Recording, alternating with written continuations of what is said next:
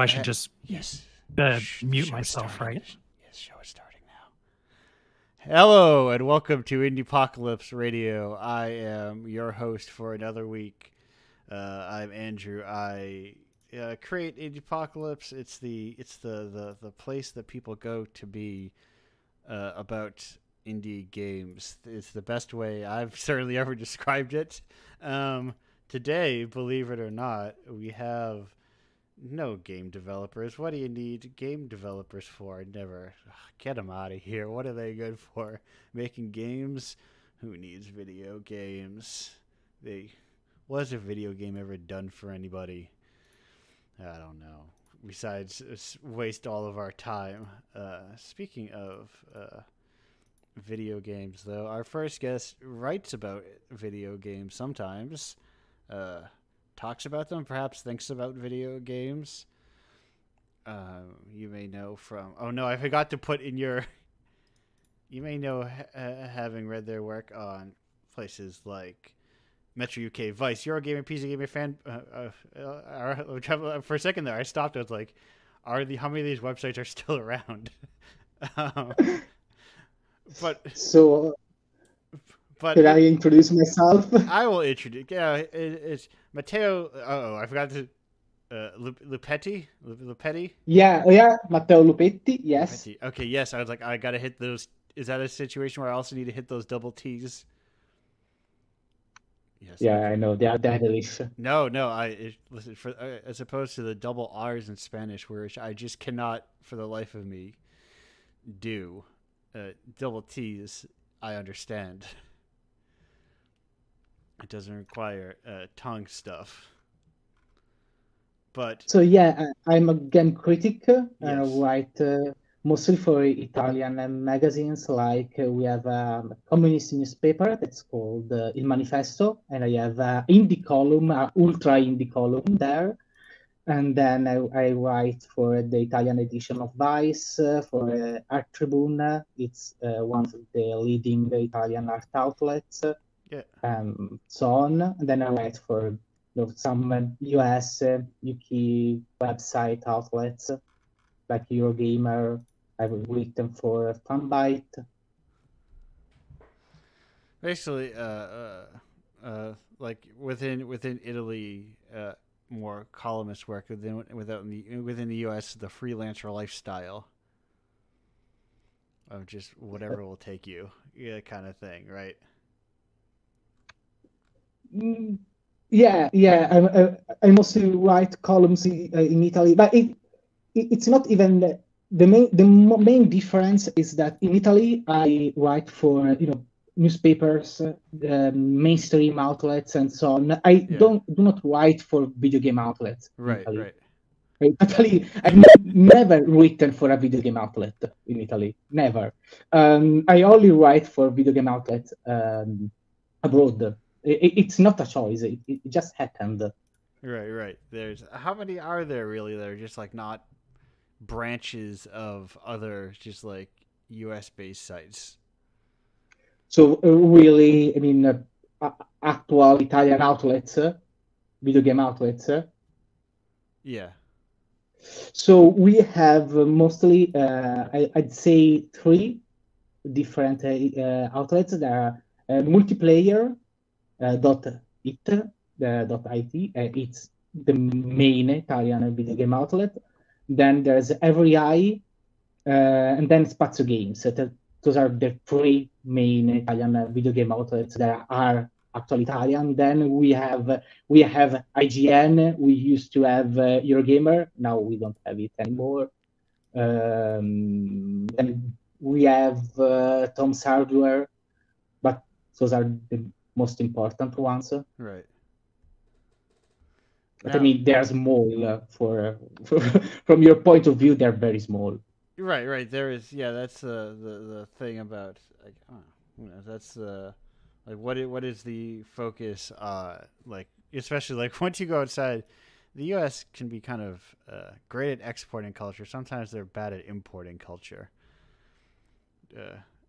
Because they're like, oh, we've got everything we have. And it's like, well, there are other things that you could try as well. But it doesn't always go the other way. But speaking of exporting, importing, international. There we go. Speaking of international video game culture, this is a question that I don't know. I gotta ask you once per show of someone. Um, Now I know this might also have a very obvious answer, but uh, having covered Indiepocalypse in the Art Tribune, how did you hear about Indiepocalypse? Oh, so yeah, I think it was on Twitter, Okay. probably. Yeah, it was probably on Twitter. It's how I know about almost everything. Okay, I didn't. It was one of those things where I did not. It's my informal survey where I need to know. Hey, how do I get? How do people actually get to learn about this thing? I need to. Yeah, I'm sure. Yeah, I'm sure it was Twitter. I of course, I do not remember who retweeted in the apocalypse, but I've followed it probably since the beginning. Yeah, so that is. I'm asking you to go to cast your mind back 3 years and remember Yeah, yeah, what random yeah, tweet you saw. Three. yeah. I have no idea at this moment, but Yeah. yeah, Twitter. I'm sure it was Twitter. It's and that's why I stick around because nothing else is quite as effective as just like a very loud megaphone for your stuff in the way Twitter is. Yeah, but I think probably from the US point of view, it's not clear how much people like me who live abroad were not part of you know and our job is quite a solo job Yeah. really. So I'm not part of a staff. I'm not part of an outlet. I must work as a freelance. I freelance in Italy. Yes, I write a couple of columns, but at the end of the day, it's I'm my editor in chief. So maybe it's not clear how much stuff I discovered, how much I learned through Twitter, how much people I was able to know and meet. It was really important. Right, because there is, the good thing about the online equalizer in a way is that you don't have to travel to San Francisco to meet all these people to get in the same room theoretically as editors and chiefs of different outlets. You can just Yeah, yeah, yeah. So it's terrible. I know it's. I agree. It's the hellscape. People say it is. I agree with it, but at the same time, we are really losing something. right. There's so much. I have a giant list of 600 artists and that I have for covers, and that's all called from Twitter because it's just easy to do that. You just you scroll around on a portfolio day, and then you find like 12 more people, and then you go through that 600, and that's how it's easy for it to find other people. Yeah, yeah, but for example, I used to have, I hope I restart it, but I used to have in-game photography, virtual photography column. Yeah, And everything was basically everything that I browsed, everyone I discovered, I found out about, every was on Twitter. That was my main platform. I tried to use, for example, Flickr. I don't know how it's pronounced in English. We pronounce it Flickr, the photo platform. yeah, But it's not the same. It doesn't work so well because on Twitter you find the community, then they retweet each other. So you kind of explore. Then you say, "Well, I like this artist. Who are they following?" So you look at the people they follow. So you find out about more people. It really works yeah. for this kind of. I come across a lot of people just like that. They like my like someone will like something, and I'm like, oh, let me check out who this person is who liked an Indiepocalypse tweet, and then I will go down there, like check out their work, and then all sorts of things from there. And then all they did was they said they liked my thing. Like that was Yeah. So I'm really sad. Okay, we survived maybe.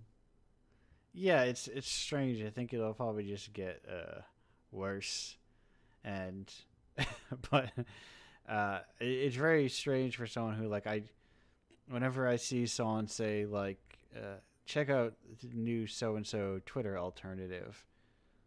I feel like that's for people who are content creators, so they want to go create content somewhere else. But I don't care to create content. I just want to do marketing. Yeah, for example, we have a very good Italian video game server on Mastodon Yeah.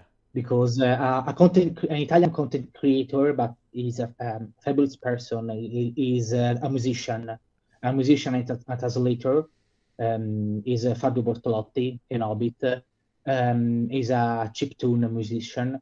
And he created a Mastodon server that's called the Livello Segreto. It's just the Italian for secret level. Yeah. I love it. It's a wonderful community, but its main point is that, of course, it's small. It works because it's a small community, very regulated, and so on. It's not Twitter. Yeah, that is and I have kind of like a take effectiveness from there is effectiveness to small communities, and but it's also I very much want the big platform to yell from, and that's my trickiness with Mastodon, where it's I don't know like because in my mind they're like forums basically, they're like a bunch of interconnected forums, and I feel like you need to be more involved.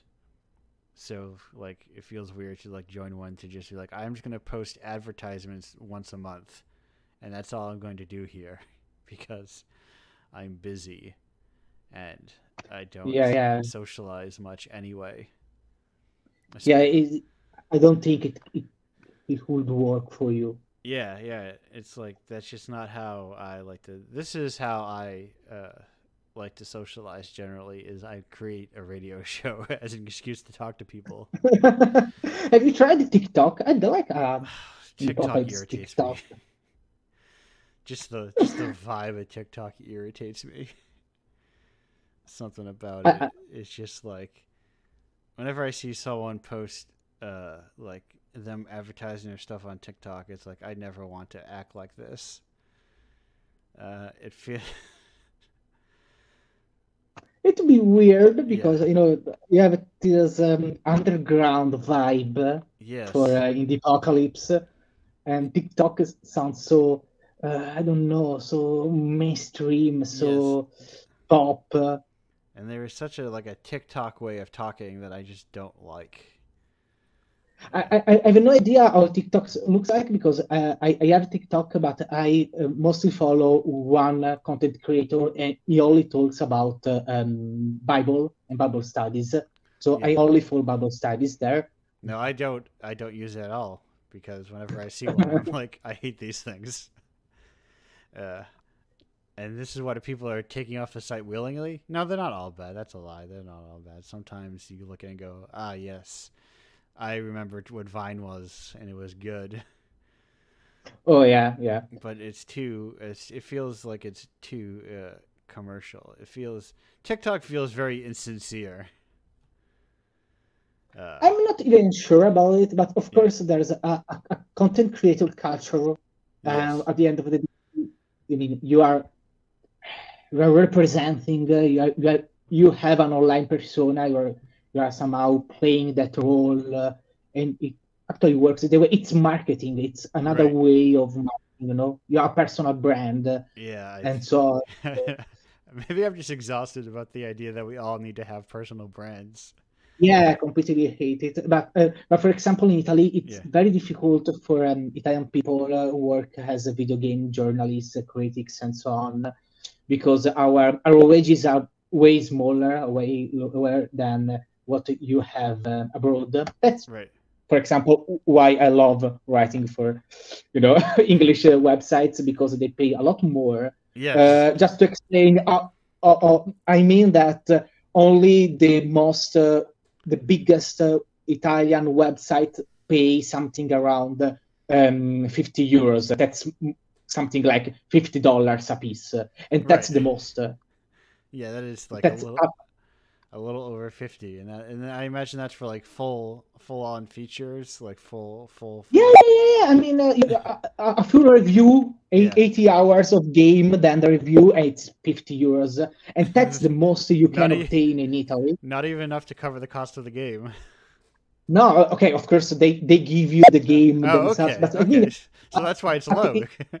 yeah, Of yeah, course. but a lot of people just work for that. I mean, Yeah. they receive the game for free, and they have to play it, but they say, okay, but I received the game for free, but it's 50 euros. But I mean, it's the most. It's something like Italian website can pay 10, 20 euros a piece. Right. Um, Yeah, it's very low.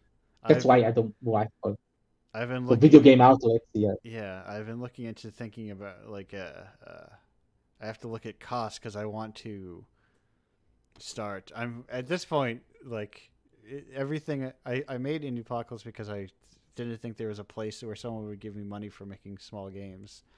But now I'm reaching the point where, well, if nobody's going to keep writing about Indiepocalypse, I'm going to start paying people to start writing about Oh Indiepocalypse. yes, I saw it. Yeah. I'm here. I'm available. Yes. I'm going to probably. I'm going to double check with someone else next week and be like, what sounds like a not ripoff rate for a small publication, even though I'm not a real publication. I just want people to write about different developers, and then Yeah, because yeah. But also, sorry, I was in the middle of a, yeah, I was trying. What I was trying to say is that so since it's so difficult to work, as a video game critic and video game journalist in Italy, yeah, everyone is turning into a content creator here. right, So everyone, they maybe they work for a major public outlet, a magazine, and so on. But at the same time, they have their own brand, their own content creator brand, and they work for it. And I mean, it's fine. Of course, everyone should do what they can in order to survive.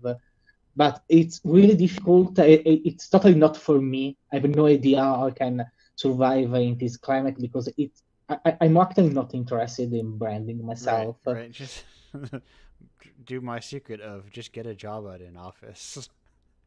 That's my secret technique. Get a job in manufacturing is what I did.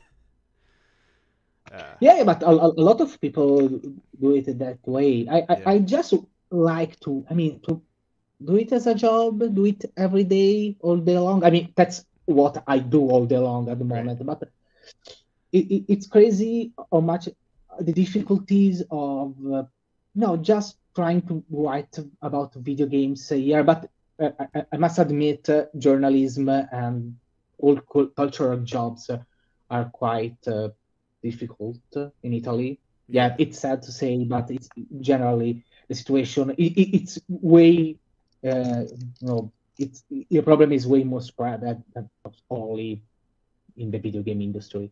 right. And it's like it's not great in the U.S., so to be even worse. So in Italy, it can't like the bar is already like I think for if you're not a staff writer, Yeah, it's just the market is smaller. yeah. It's normal.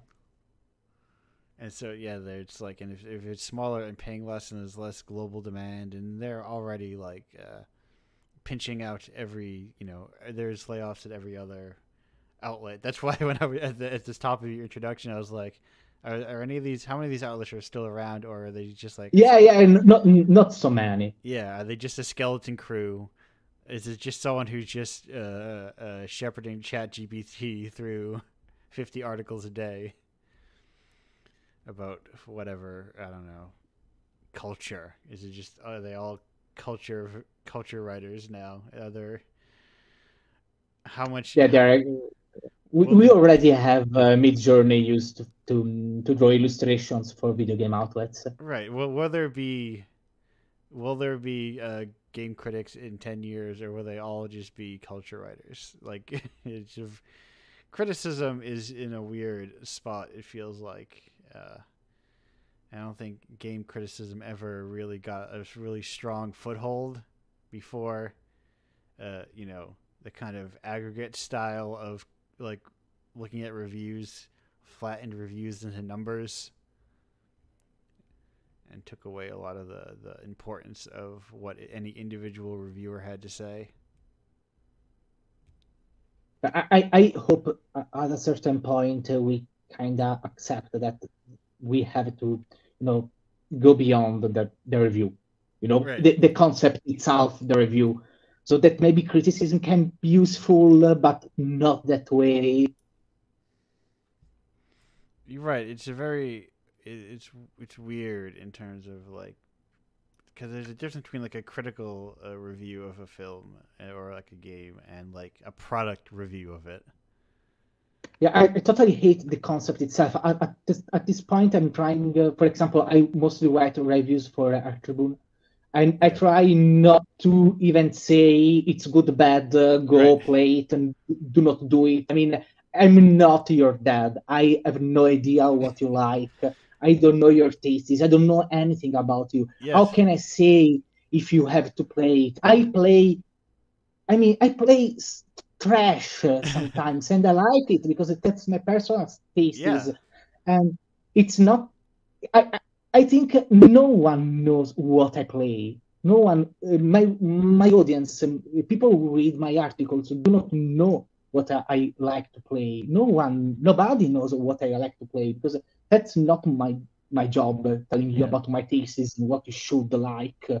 And I don't think you should only play things that are interesting from my critical point of view. I mean, go outside, play what you want. That's not the point. Maybe I'd prefer, to try to explain, to discuss the games I play. I'm not interested in telling you if they are bad or good. Right. Right. Right. I sometimes like to read. I like to like sometimes read reviews after I've watched something, and sometimes I even like to go to like bad reviews of things that I like and see why someone did not like it.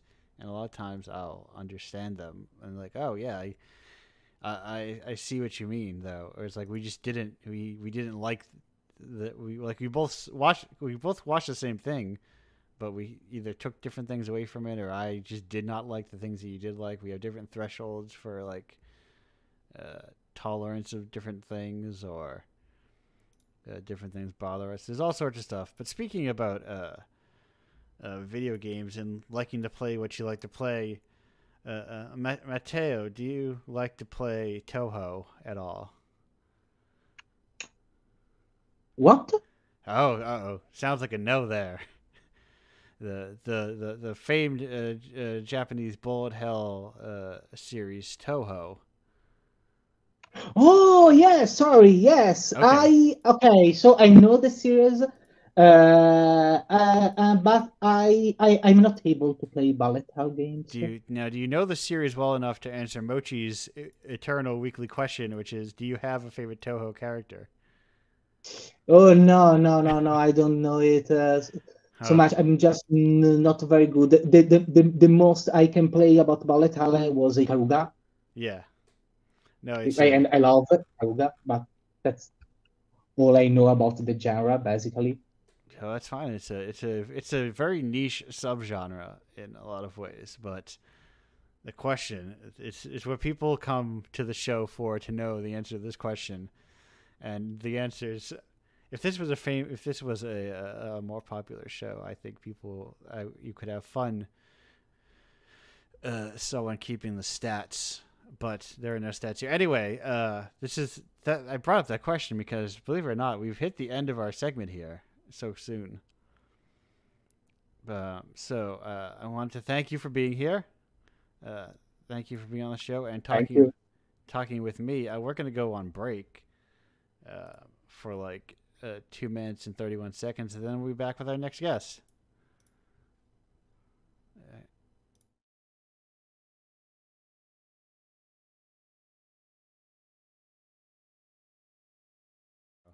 Hello, welcome back to Indiepocalypse Radio. That was Catra Quay with Kinda Unlikely. Now we are back here with, like I said, like I promised you from the top, no game developers. Get them out of the show. We don't need them here. We are here with our second guest of two, who you may know from making comics around the internet, or maybe particularly in this very niche scenario in doing the cover for, what was it, 33? I was going to say 37, but I was dead wrong. 33 of Indiepocalypse, but also a general comic artist and comic adjacent critic and adjacent person. Sarah Horrocks is here. Hello, Sarah. Hey, thanks for having me. Glad to have you on the show. What are your not superlatives, but what's the word I'm looking for? All the stuff you do. Well, I write and draw comics, and then in the past, I've been known to write comics criticism. I've written for like the Comics Journal and Fantagraphics and stuff like that, and then I've done comics, cover work and short comics for, like Boom Studios, some Image Comics stuff. But mostly I'm interested in doing sort of independent, self-published work Yeah, because yeah. I like to have as much control over everything as possible. One of those crazy people, which I'm Yes. sure you relate. As someone who does all of my work myself, yes, I love having. I exhibit zero creative control over the artists because I like having no one having creative control over me. But everything else I do myself because I think I am exhausting to work with if I don't give you 100% space to yourself. I think I know myself that I can be overbearing. My thing is, I think I tend to be, I have very particular ideas about what I want. Right. And it's just easier for me to try and fail to achieve those ideals than, deal with the kind of interpersonal disappointment with if it's someone that I would, you know, prefer to at least remain friends with. Right, right. That's the other tricky thing about working with people is if like some people might get along great but work together terribly, Yeah. and I that's think uh I think the worst for me is when I'm drawing for a writer because I have so much of a writer background. right. It gets frustrating. That's probably the most frustrating collaboration for me because I'm just like have to not have to shut off the part of my brain that is overly critical of the script and all this stuff and just be like just think about what they want and just kind of do that. But I don't do that very often unless it's like people pay really well. Right, right. I had a friend who was doing a cover for somebody who had like a very, he's like, sure, we had to just keep telling him, just, the guy's giving you money, just don't argue with it. Just do whatever he wants, even if you think it looks way worse. Just, just go along with it sometimes, you know? And it's a I think weird, with collaboration you have to have kind of a yeah, sliding scale of pay versus aggravation. The right. more aggravation, the more you should be getting paid. Right, You have to exactly. kind of estimate that ahead of time. Right, right. If there's like, or you need to know on the onset, it's like, are we going to be collaborating, or are you sending me something and I'm sending you something back? Yeah. And it is less a bit of collaboration, more like you are just paying me to do something that you want. Which is why I liked doing the Indiepocalypse cover because you Yeah. just kind of were like, you can do whatever. And I'm like, all Oh, right, nice. yeah. I love it. Is my favorite because I never know what I'm going to get. It's so exciting. I Like, think I think not having the restrictions probably made me um, put even more into it because I was like, there's some things I wanted to try for the first time, and right.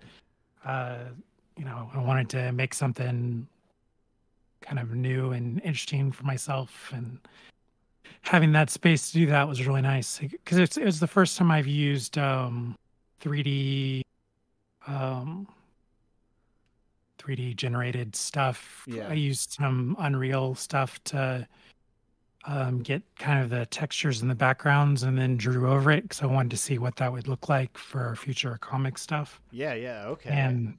so it ended up working out how I wanted as well. I made this whole little apartment for that like scene to take place in, and then like Huh. designed over it.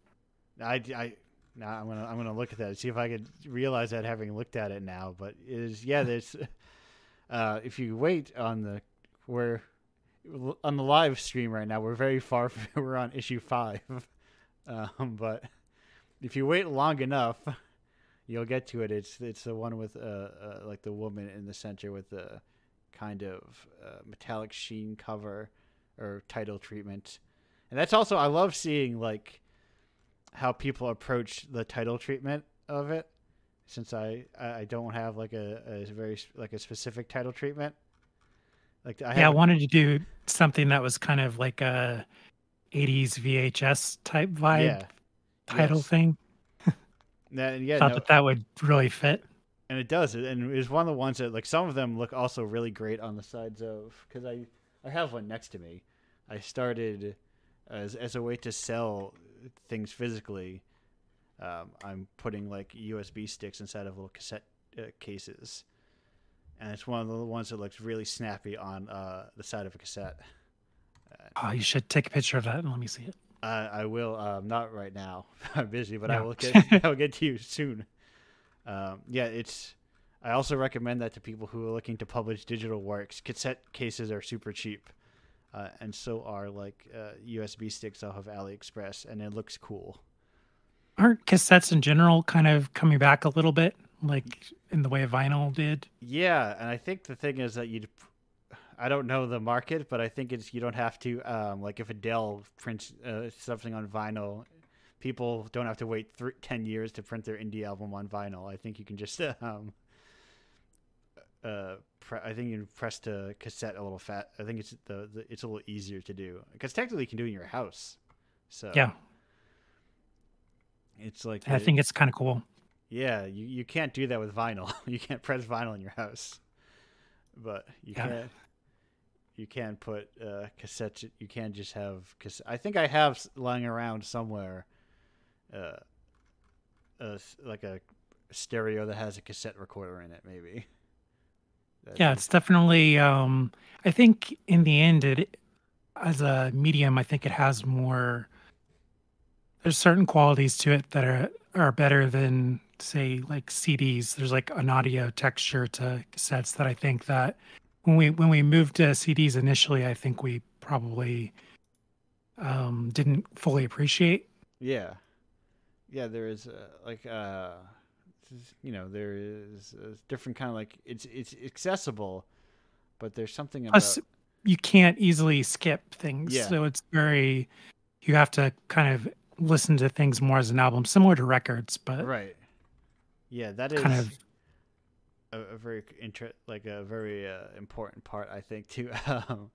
As someone who is a real full like front to back album junkie, who dares never do like shuffles.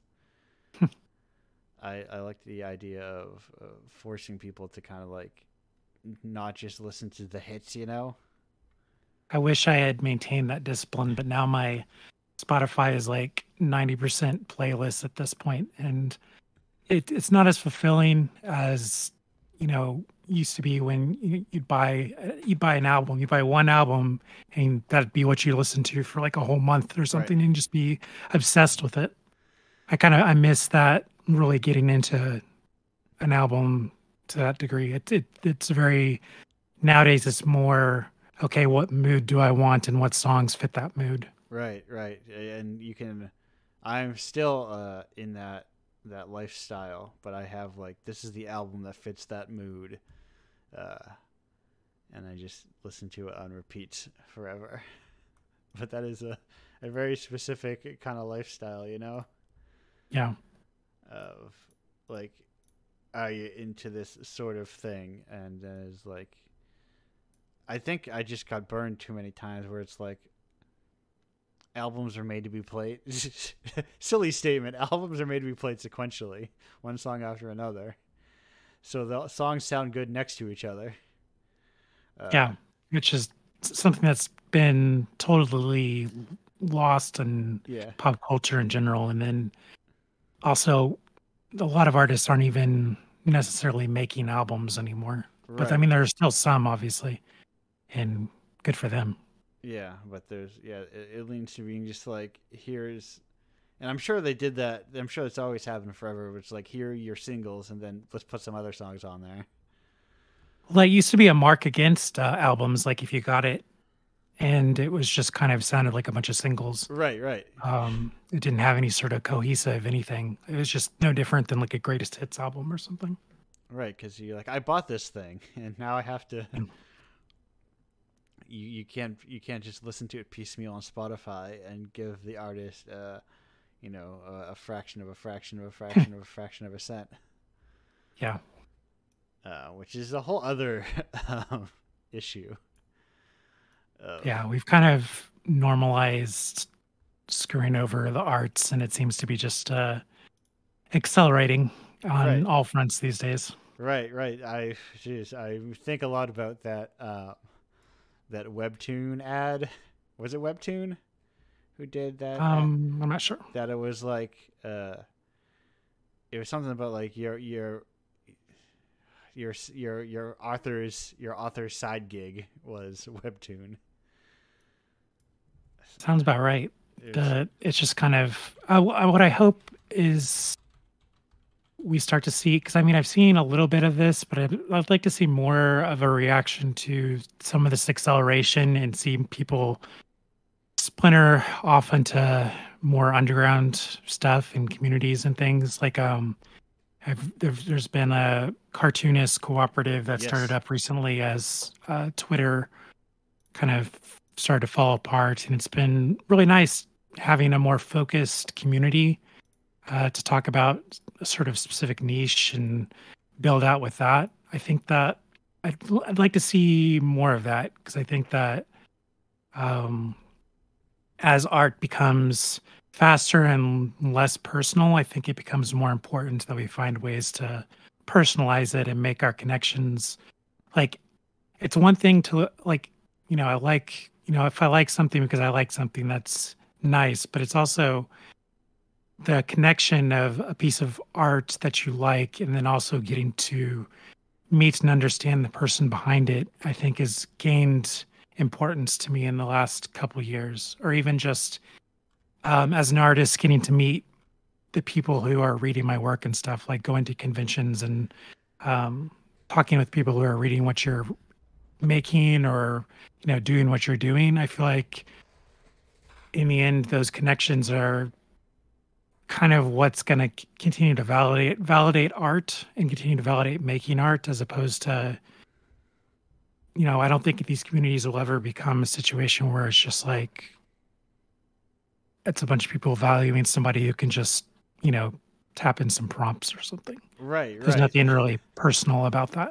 Yeah, I think it's one of those hard things to deal with, of realizing that art, like good art, maybe even if it's unprofitable and the time tends to persevere a lot longer than just kind of broad mainstream art. Yeah. I remember. But I think there's been a huge wake up call for a lot, because since the AI art stuff is scraping popular art so much, it's reproducing styles that we've seen like so much of, and that artists have become so sort of mired in, that it's, I think, going to force aesthetic changes, because we can't just, I don't think humans can last just looking at the same thing for the rest of our Yeah. existence, which is what AI art portends, because it's always cannibalizing itself. And if less people are creating that new thing, then we eventually are just going to be, like I said, there's an experience with AI art that is, I think, new and something that will eventually have a name, and which is that I have an experience when I look at it of deja vu, where Yeah. it's like I feel like I've seen it before, even though it's not something I've actually seen before, but because it's tangential to so many things that I've seen, when I see an AI piece, I tend to have I tend to feel deja vu, which is a very strange experience with art. Right, right. Uh, I had a friend who was already uh, kind of referring to like the art style that AI has glommed onto most prominently, and he was already calling just like art station style just derisively before AI started shoveling out an even more like impersonal, dehumanized version of that style. yeah. And it was like, okay, so now this is like a style that was already very samey looking. Now it just kind of looks worse, but also even more samey than ever before because it is literally the same stuff. Well, and I tried because I was interested to see how the programs kind of worked and what they kind of did. So I've experimented with them a little bit, Yeah. and my frustration was that it was in the end much faster for me to just go find an artist that I like and find like their art book or something Right. and look at that than it is for me to try and corral a AI uh, program to a very particular art style that I have in my head. I think a lot of the people, the reason they're able to um, enjoy making those, uh, generating those things, is because they don't come into it with a very hard aesthetic sense. Whereas for me, I have very particular likes, and things I like aren't necessarily super popular. Right. So it's very difficult to get what you want out of them.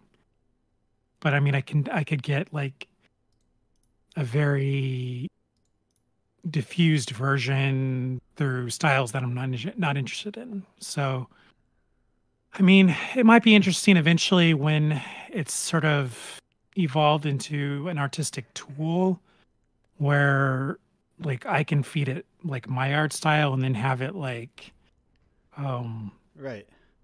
or I could draw like a scene and then be able to rotate it in 3 dimensions and have it keep my style, something like that. I could see as being somewhat useful and interesting in the creative process, but as in terms of just um, punching in words and getting something that's in a already established style, I don't find that terribly interesting or useful. Right, right. There has a lot of, and it has so many like built-in biases in it already. Yeah. Just like that become very obvious once you're looking for biases of like, I didn't offer it. I just typed woman. Why is it always? Why is she always white? You know those kind of things. And you're like, Well, huh? and depending on which one you're using, why is she always an anime character? Right, right. Why is she always this anime adjacent white lady? All I said was woman. Weird how that keeps happening. Good thing machine learning is totally unbiased. You know. Yeah. Uh, Yeah, it's kind of scary where and art is just the most obvious avenue where this stuff is happening, but I mean it's also happening with writing and yeah. criticism and things like that. And you just kind of worry about the everything from the way social media is operating to AI and everything. It just all seems to be like a funnel, trying to funnel the human experience into very predictable, controllable um, areas, and kind of it's kind of concerning, especially when it becomes sort of both input and output. Yeah. You wonder at what point are we just in denial that we're not already in like a matrix type situation. Right, right. It's uh, this kind of right. This push towards like a certain kind of like homogenization, because also that like homogenization benefits like your little prompt cowboys or whatever who are like I'm a clever prompt guy because they're not really publishing new ideas. So there's like or how many people have said like, oh, could you imagine if you could just type in I want to watch more Frasier and then you just see more Frasier. Like it's all about seeing more of the same stuff forever. And I'm like, I never want to see more of the same stuff forever. I always want to see something different. Right? Like it's that it for me what keeps me with art is that I'm always looking for kind of that next fix, Yeah. something that changes how I thought what I thought could be done, or there's like a new aesthetic, or I want to see new stuff. I don't want to see more of stuff that I already have experienced. Yeah, I'm calmed down from my high of last week, but I'm still pretty hot on having watched Stalker, and I am like, that is a different thing, and it's something I will think about for a long while, but it's not, and that's The movie, yes, the the movie, Tarkovsky movie, the Tarkovsky movie, yeah, good stuff. yeah, it is, and it's one of those. I remember it reminds me all like whenever it's just a weird, mildly tangent, but like this kind of like homogenization of art. Every time it comes up around like we need to have a consensus around a piece of art, or people stop. Too many adults start arguing about the Mario movie or whatever. I remember back in high school when we like someone found Master of the Flying Guillotine on demand and slowly introduced our entire friend group to it, like bit by bit, of like, you have to see this weird old martial arts movie. I had that on VHS. I looked at him like, is it on Blu-ray? It's not, but I'll get a DVD for like $40 of that. But They used to have the Wu-Tang Clan, I think, put out a bunch of the movies that they sampled from on yeah, VHS way back in the day. So they had a lot of stuff like that that became really popular around like the late 90s, early 2000s. yeah, I think also because Tarantino was also putting stuff out like that as well. So it was very much like the golden age of kind of trashy kung fu flicks. yeah. It's so weird because I feel like the only way to get something, I think the only way to get Sonatine on in physical in the U.S. is like as like a pairing, like it's like a pairing with that Takeshi Kitano Zatoichi movie, and it's like Mhm. over in the bottom right hand corner. It's like Sonatine is here too. It's Wow. it's very strange, but it's like, and I think most people would like with like the kind of like critic versus general consensus thing. I think most people are actually like would love weird critic stuff. They just don't know it. Yeah. I think Well, people. I mean, that's the sad thing about the way that the internet has ended up is because kind of the potential of it was as a, free connected community where, we shared this weird sort of small stuff and it lived on and, you know, now it's all become very corporatized. Like, I mean, even think about like what YouTube was when it first started. And Right. I mean, you could watch like Simpsons episodes on YouTube. But Yeah. I mean, there was like weird. I mean, there still is like some.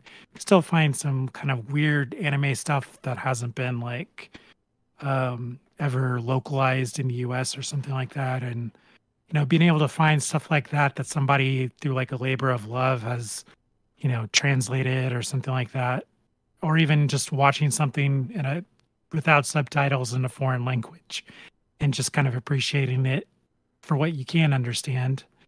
um I feel like there's less and less of those oddities, which is kind of sad because I think that was one of the fun things about the internet for a while. Yeah. Yeah. That's the. It feels like somehow we're slowly wrapping back around, or not so slowly wrapping back around to a monoculture Yeah, that is very like advertising led and it's everything. kind of it's kind of like someone saw things were getting too out of control and has figured out a way to wrestle them back within like the framework that we were trying to escape. Right. Very sort of it's really sad how cyclical that stuff has been. You just hope that there's a new someone comes up with some sort of way to bust out of all this, Right. and there's some new crazy thing that we can all be crazy and weird on. Yeah, and if because some of it does feel like it is tied to like content creation, like you like it's so you're logging in like I have to have an opinion about whatever TV show or movie came out this week because that's what my audience wants. They crave opinions about Bowser.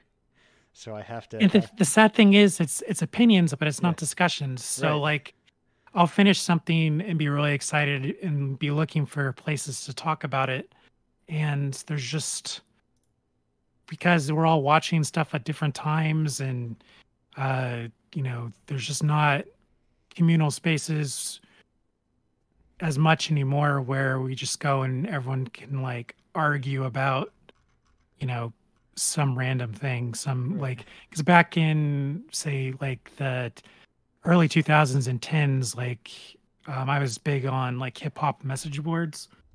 So you'd go there and you would talk about like the latest like release or different, all kinds of different music stuff I got put onto through those places. And it's just kind of like you'd listen to all these different things and then you come in and you'd be like, oh, did anyone listen to this? Have you heard this? And then people would who had heard it would you'd talk about it, you debate it, and be like, oh, this part kind of sucked. And you'd be like, no, and you'd have like people would legitimately write essays back and forth right, about art. And I don't think I think the 140 characters or less stuff has kind of lessened people's ability to just kind of spam out those kind of essays. But I right, mean, those guys kind of nice to be able to like get into a full thought about something and then digest something someone else has said and kind of go point by point right, and then right. have them react and stuff. I don't know. I would like to see us figure out a way to have something like that. I don't think message boards are ever going to come fully back as much as I'd want them to. And Yeah, Discord is kind of interesting. I've been using that more lately, and um, that's something like that, but it's also kind of can be very impenetrable right, right, um, when you first find a community because it's just kind of like people were just pushing like gifs and stuff in random order, and you're like, what is going on here? What is yeah, the discussion? How do right. I talk to these people? Right, and it's like I realized when you were just saying that I was like, oh, I think a lot of the reason that message boards probably work better is because there's like the message board isn't somebody's feed, you know. You're not like it's like nothing an author owns. It's all people coming into like a neutral space, sort of, rather than Oh, like I'm putting something on my Twitter or Mastodon co-host feed, you know. yeah. And like when you can be like spitting out, no one on I mean, as much as people like, I'm sure people on forums believe they did. People on forums do not have audiences, Yeah. and I think that's The worst ones thought that they did. you're right, right. But like that, I think that's like the fact that we all constantly have audiences is probably the worst of it all.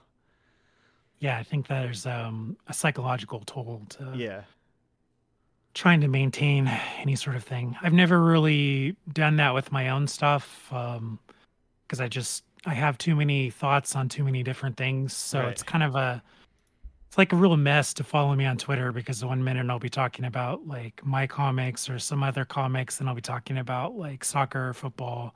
I'll be talking about, politics or, whatever I'm interested in that moment is what I talk about on there. So I'm not at all curated. So a lot of times people will follow me because they'll like that I said one thing about something and then they get the rest of the stuff that I'm talking about and then quietly depart. right, right. That is one of the like the issues of it all. Like it's why I think when some people were when I've said this before on the show probably far too many times, but I remember seeing one of the first of 16 Twitter exoduses when people are saying this site actually doesn't even draw traffic. I have 40,000 followers, but only 2 people ever go watch my Twitch streams, and it's probably because like you got those followers through like Twitter content creation of you like giving your takes on current events, and like why would those people want to watch you play video games on Twitch? Well, obviously I follow a lot of artists, and I'll follow like artists who have like millions of followers, Yeah, and you'll look at like they'll post some new art and it'll have like less than 100 comments, and that's just like it's crazy to me. right, right, People, I mean, they'll still get like a fair amount of likes and stuff, but um, it's so sad to see someone like so talented and they put all this time into making something and it's literally just something that somebody scrolls past Right, it or taps on real quick.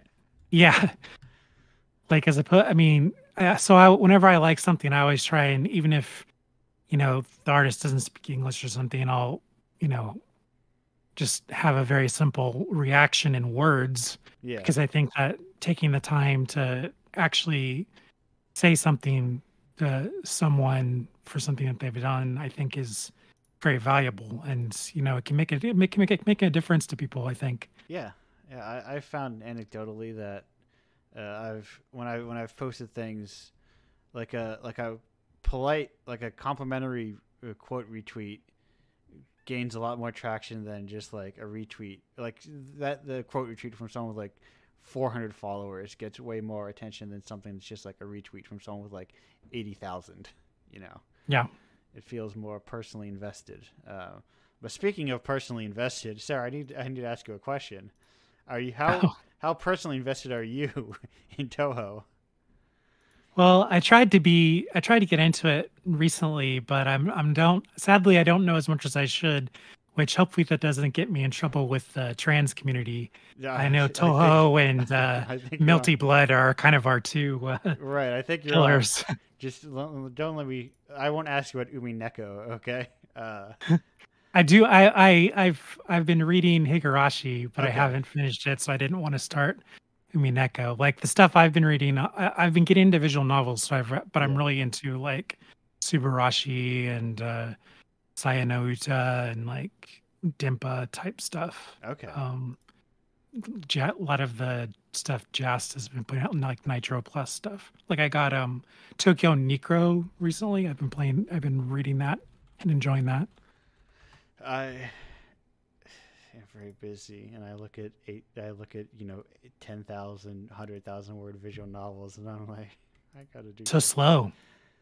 I'm like, It's such a slow medium, yeah, and so usually it's like I mean, and plus the thing for me is like just the action of having to constantly click starts to get to me. So then I have to put it on automatic, and then I have to like not have my attention span turn away from the right. screen, and it's just kind of like so I kind of have to force myself through it, but it's worthwhile usually in the end, Yeah, yeah. especially the good ones. I Like I played Witch on the Holy Night recently, and I really enjoyed that. I'm really into Type Moon stuff, and it's been really influential in my own work. So that was actually one where it didn't feel like a chore to get through. Type Moon is a whole. Type Moon is Melty Blood adjacent, right? Yeah, well, Melty Blood is Type Moon. Okay. Melty Yes. Blood comes from Tsukihime. Okay. Yes. Yes. There is a. Which is there's a whole. That's a whole other thing. Of. Yeah, it's like Tsukihime and uh, I've always Karano Kyoshi, the Garden of Sinners. I always remember the English titles for Yeah. stuff, but that stuff before Fate, which I like Fate too, but um, I love kind of that dark urban fantasy stuff like Boogie Pop Phantom and Tokyo Ghoul and stuff like that. Okay. But we've strayed so far from our original question. I won't let you make me avoid. Do you have a favorite Toho character though? No, but I would like to, learn and get one eventually because I do like the art style. But I Yeah. just, I actually bought a Toho game off Steam recently. I think one or two, and I just haven't had the time to get good at it. Oh, like Toho proper, not like a Toho. Because Steam also has like a lot of those Toho fan games as well. I think it was a Toho proper Okay. game. Because I was trying to find something that was like an actual this is what the thing is Yeah. type of starting point. I don't remember which one I picked, but I only played a little bit and I was like, art's cool and the music is cool. I wish I could be better at this game. Yeah. It's a very bullet hells is a skill you slowly adapt over time. I keep waiting for like a VTuber that I like to really get into it, and then I can just watch vicariously. yeah, I have very specific LP tastes that I need. I've learned to realize, but I need to figure out. I need to find the right ones. But all this is to say, we're gonna go on a break soon. Sarah, thank you for being here. No problem. Thanks for having me. We'll be back in about a minute 51.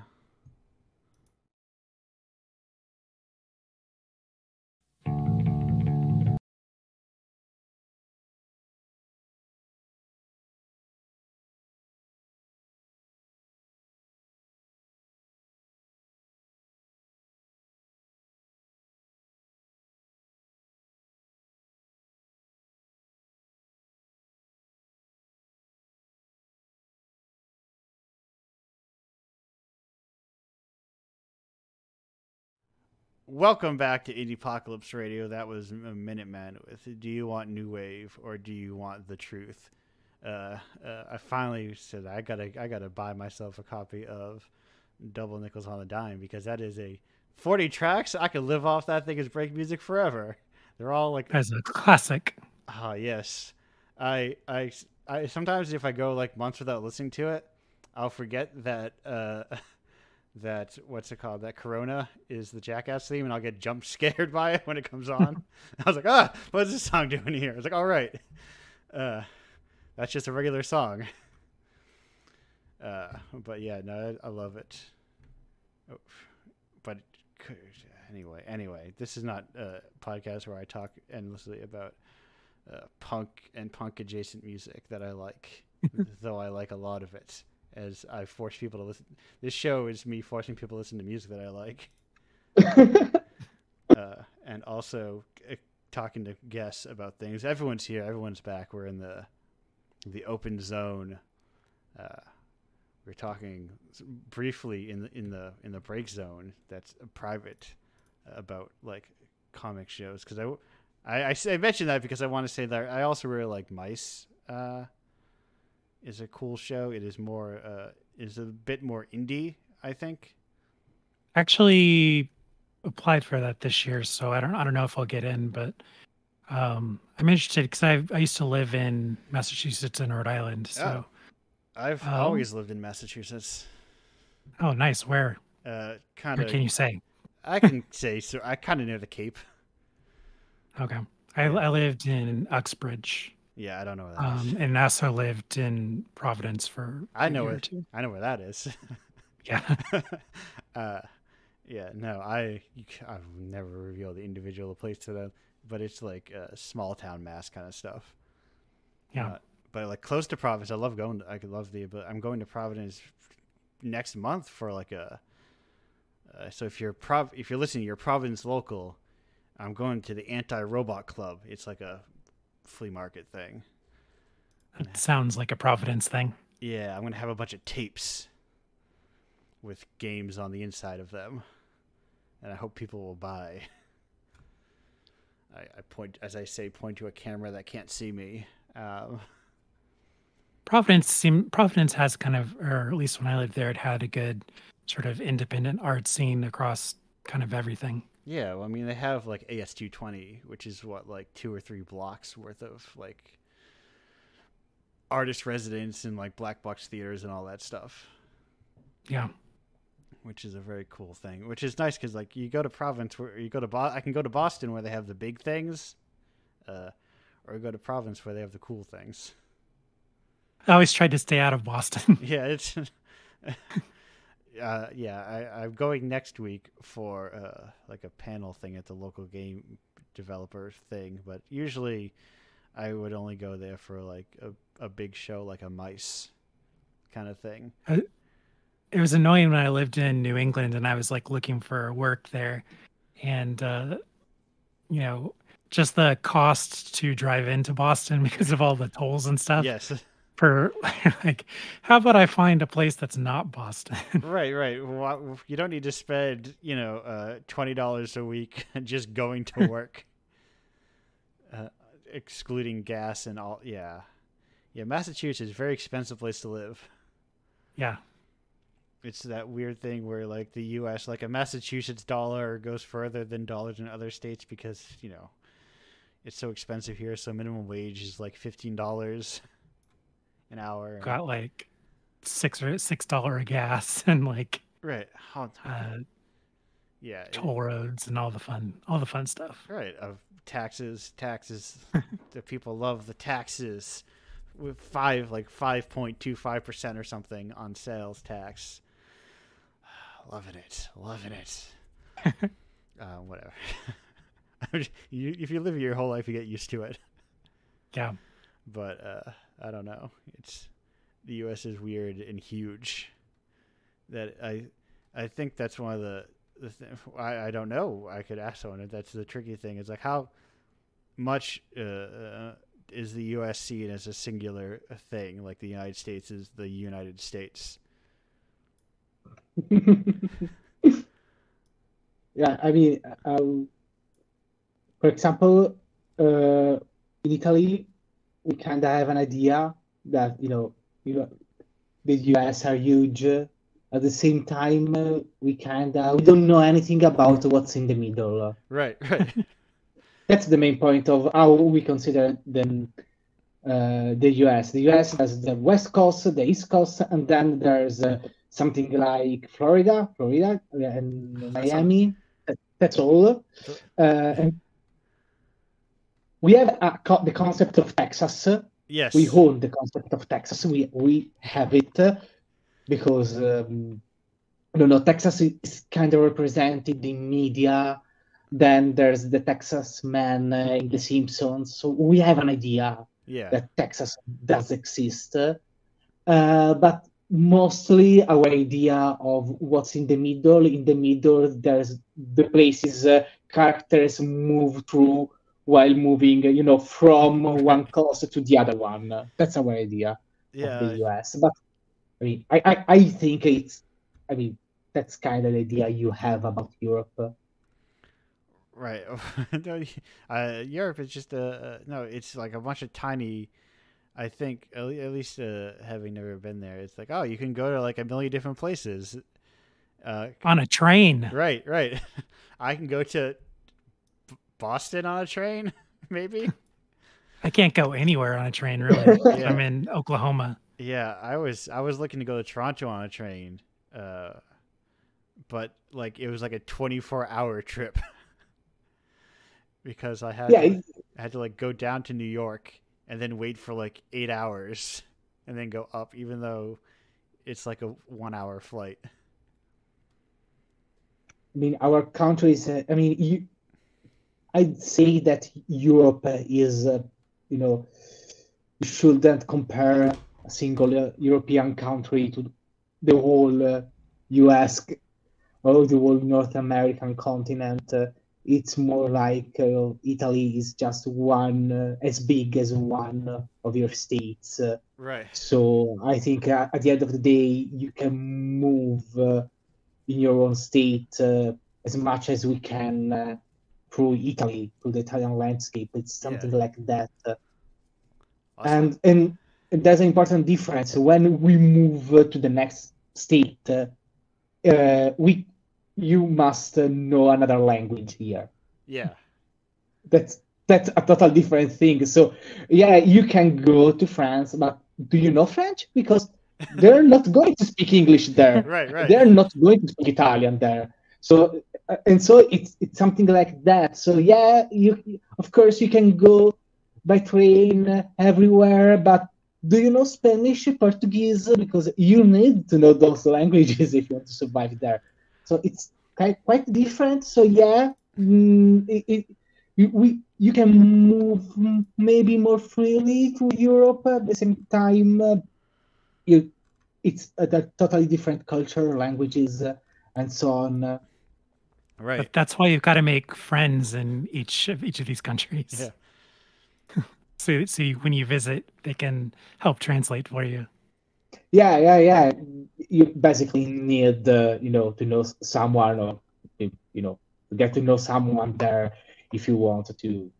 But just not to be the random tourist wandering around without understanding anything about the place. Because of course you can use English as our lingua franca, and you can just speak English quite everywhere in Europe, but in French. In French, they're going to just because it's French. It's French, but very particular. Yeah, or in Italy, because Italian people just do not speak anything but Italian, and they often just speak the very local dialect. So you can't expect Italian people to speak even Italian. So you can't expect Italian people to speak English. It's not going to end very well.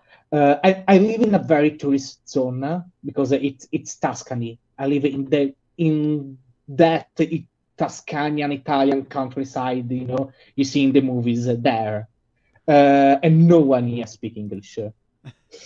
So that's one of the most touristic place in Italy. But so you can speak English, but it's weird because if you think about it, it's very weird because at this point of the history of Europe, England is not even part of the European Union anymore. Right. And they made a big fuss about it.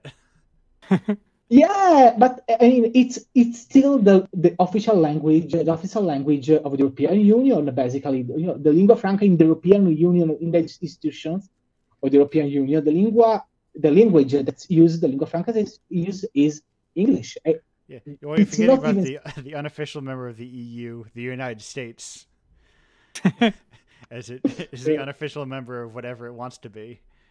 Unfortunately. Yeah. So it's weird because we really have this English as a lingua franca. Yeah. Has there been any is there any movement to change that at all? Like, are people, or is it just because it would be too controversial to pick German or French? Yeah. It would be too controversial because basically we have Germany and France that are kind of fighting for the dominance, the supremacy within the European Union. They're friends and foes. That is very, this very complex relationship. And so, it's something no one wants to discuss at the moment. It's definitely very strange. Yeah. That everyone's been forced. I guess it's like that around the world, though. A lot of places have been kind of forced to at least have as a second language English. Right. If only to do their $2 an hour customer service job. Yeah. Also, I think it helps with like banking as well, because I think that's one of the reasons like London has been so big, is because it's close to the EU, but they still speak English. So I think there was talk after Brexit where that business would move to like Dublin or something like that, because they would be close to the EU, but it would still be English enough where American and Canadian, to an extent, businesses can kind of interact with the EU. Kind of the English face. Right. It's one of those things where, I mean, secretly, it's like wherever the money still is, the money is going to guide all this stuff at this point, probably to some extent. And as long as the U.S. has got a shit ton of money. I mean, but at the same time, I think I don't want to sound controversial here, but maybe I'm going to.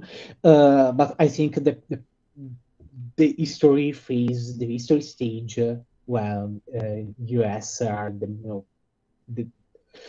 the most important, the dominant country in the world is kind of, is kind of handed that we are not anymore there. Would want nothing more than that for it to calm down for a second.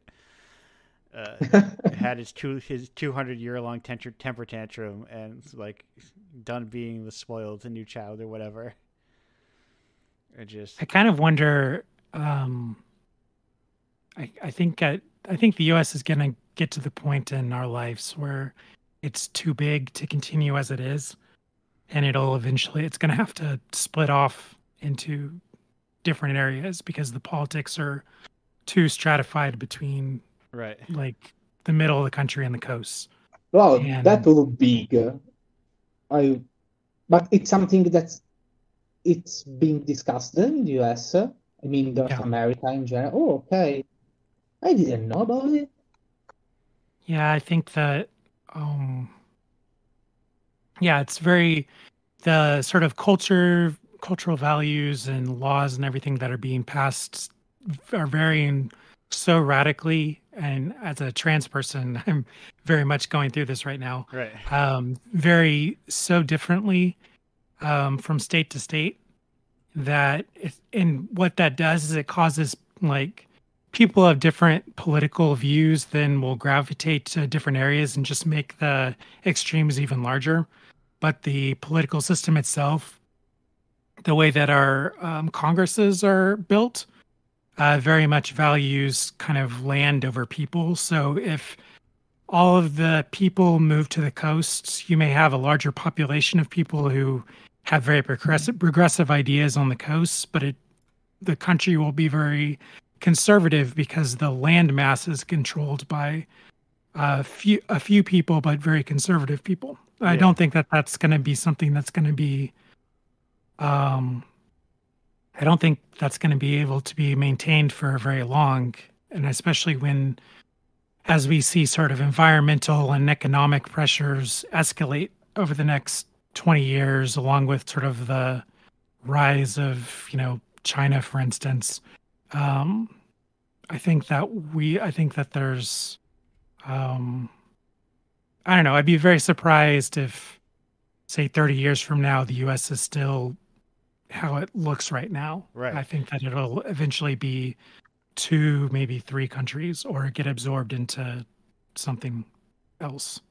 Yeah. I mean, in 30 countries years, have like 200 years with one large, like, with one civil war is like not.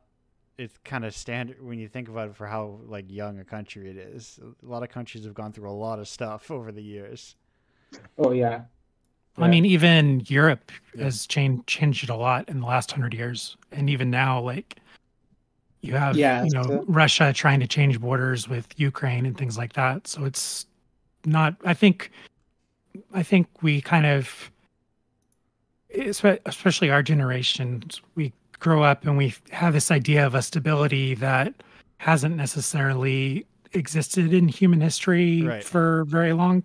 Like we came to this generation kind of assuming, oh, this is how everything is. These all the lines are already drawn Yeah.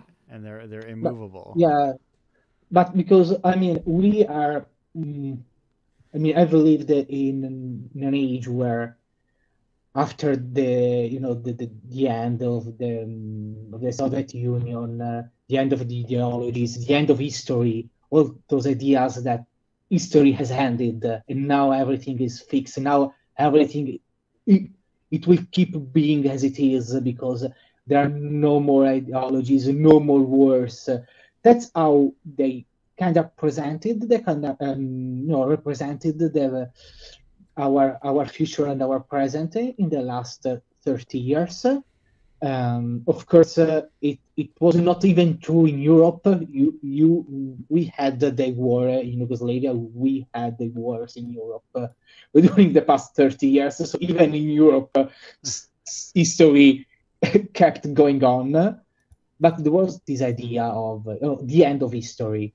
And Well, remember, there used to be that idea that, like, so long as we have a McDonald's in a country, like, there was like this thing for a while where no two countries that had a McDonald's in them would ever invaded each other.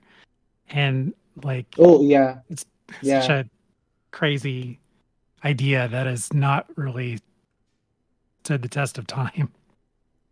Yeah. It's interesting, but of course, I mean, it was not actually how history works. It doesn't never work that way, and we kind of hope for something probably impossible.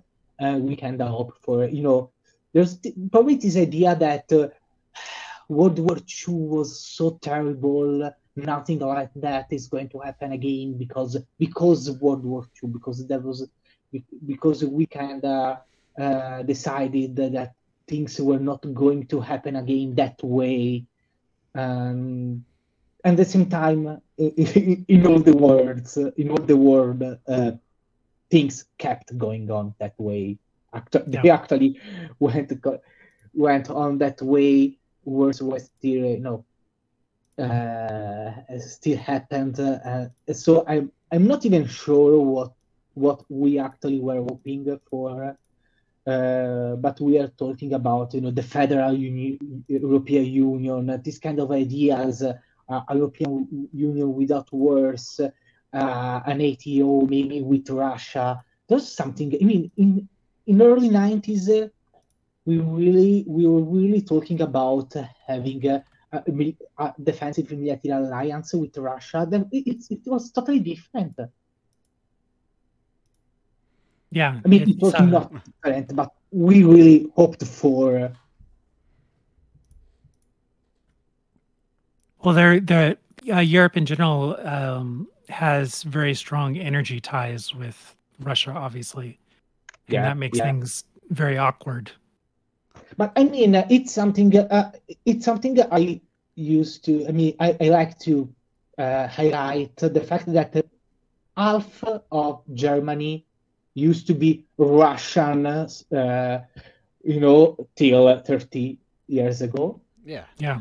So, I mean, it was not Russian, okay, but I mean, they're really, I don't know how to say it. Russia is actually, I don't want to sound controversial, but Russia is somehow very European. They're part of European history. They're not something far away. And I'm Italian. We used to have the biggest communist party in Europe, and we used to have very strong ties with Russia, and it's well known.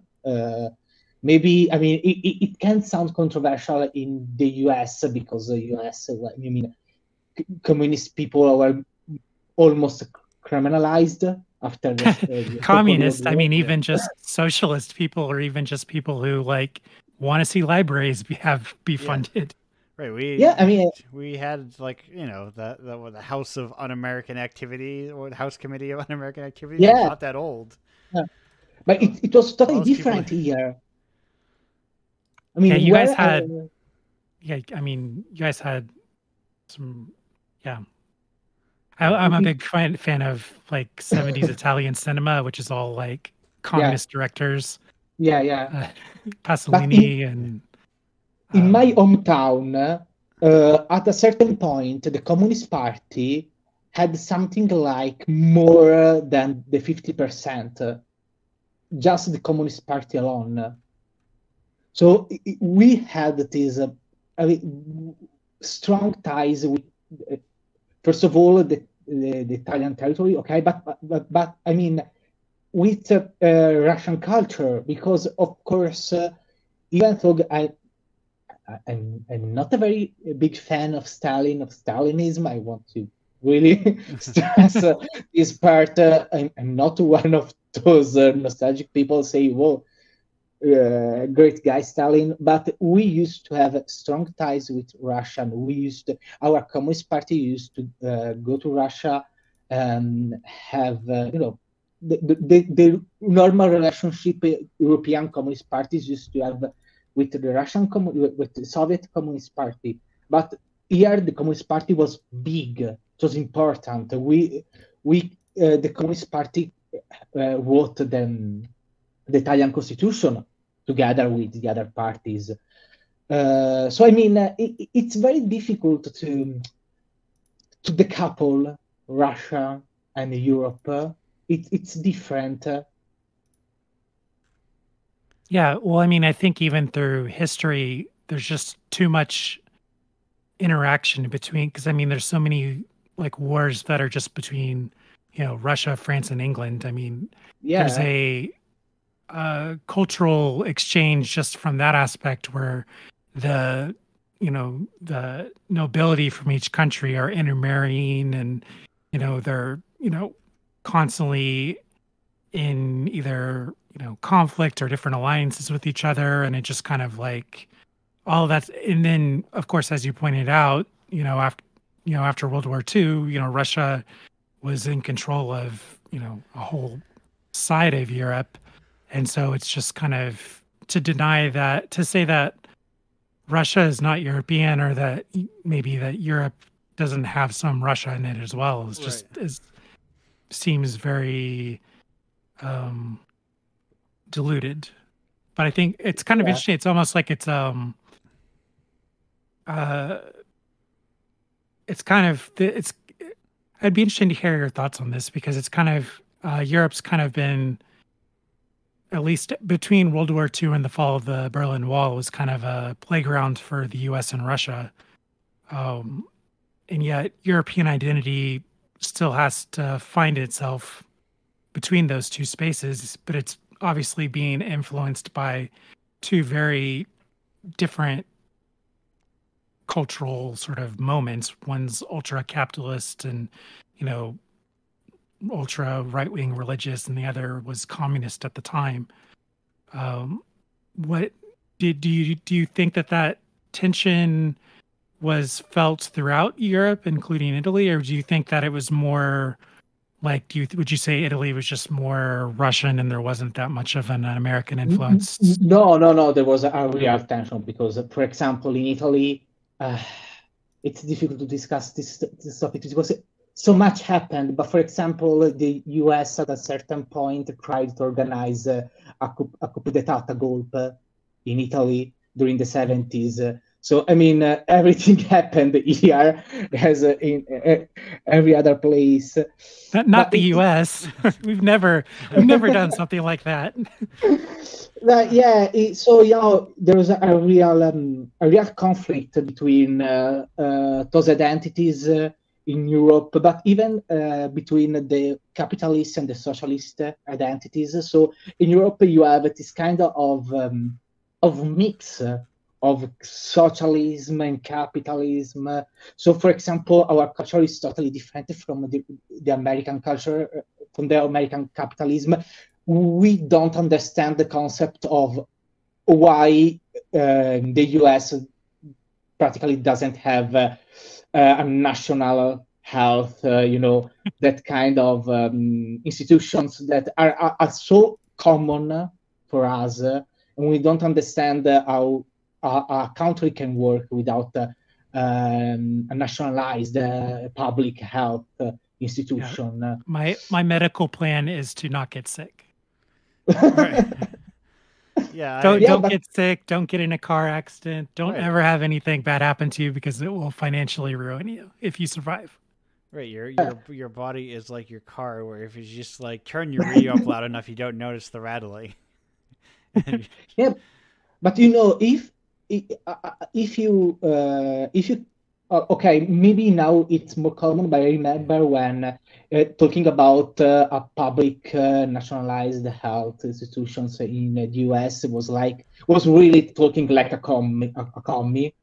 Right. But it's so normal here. No one, even the far right, the neolib Italian far right, would ever think about totally defounding the national system. And I mean, we did horrible things to our public health institutions.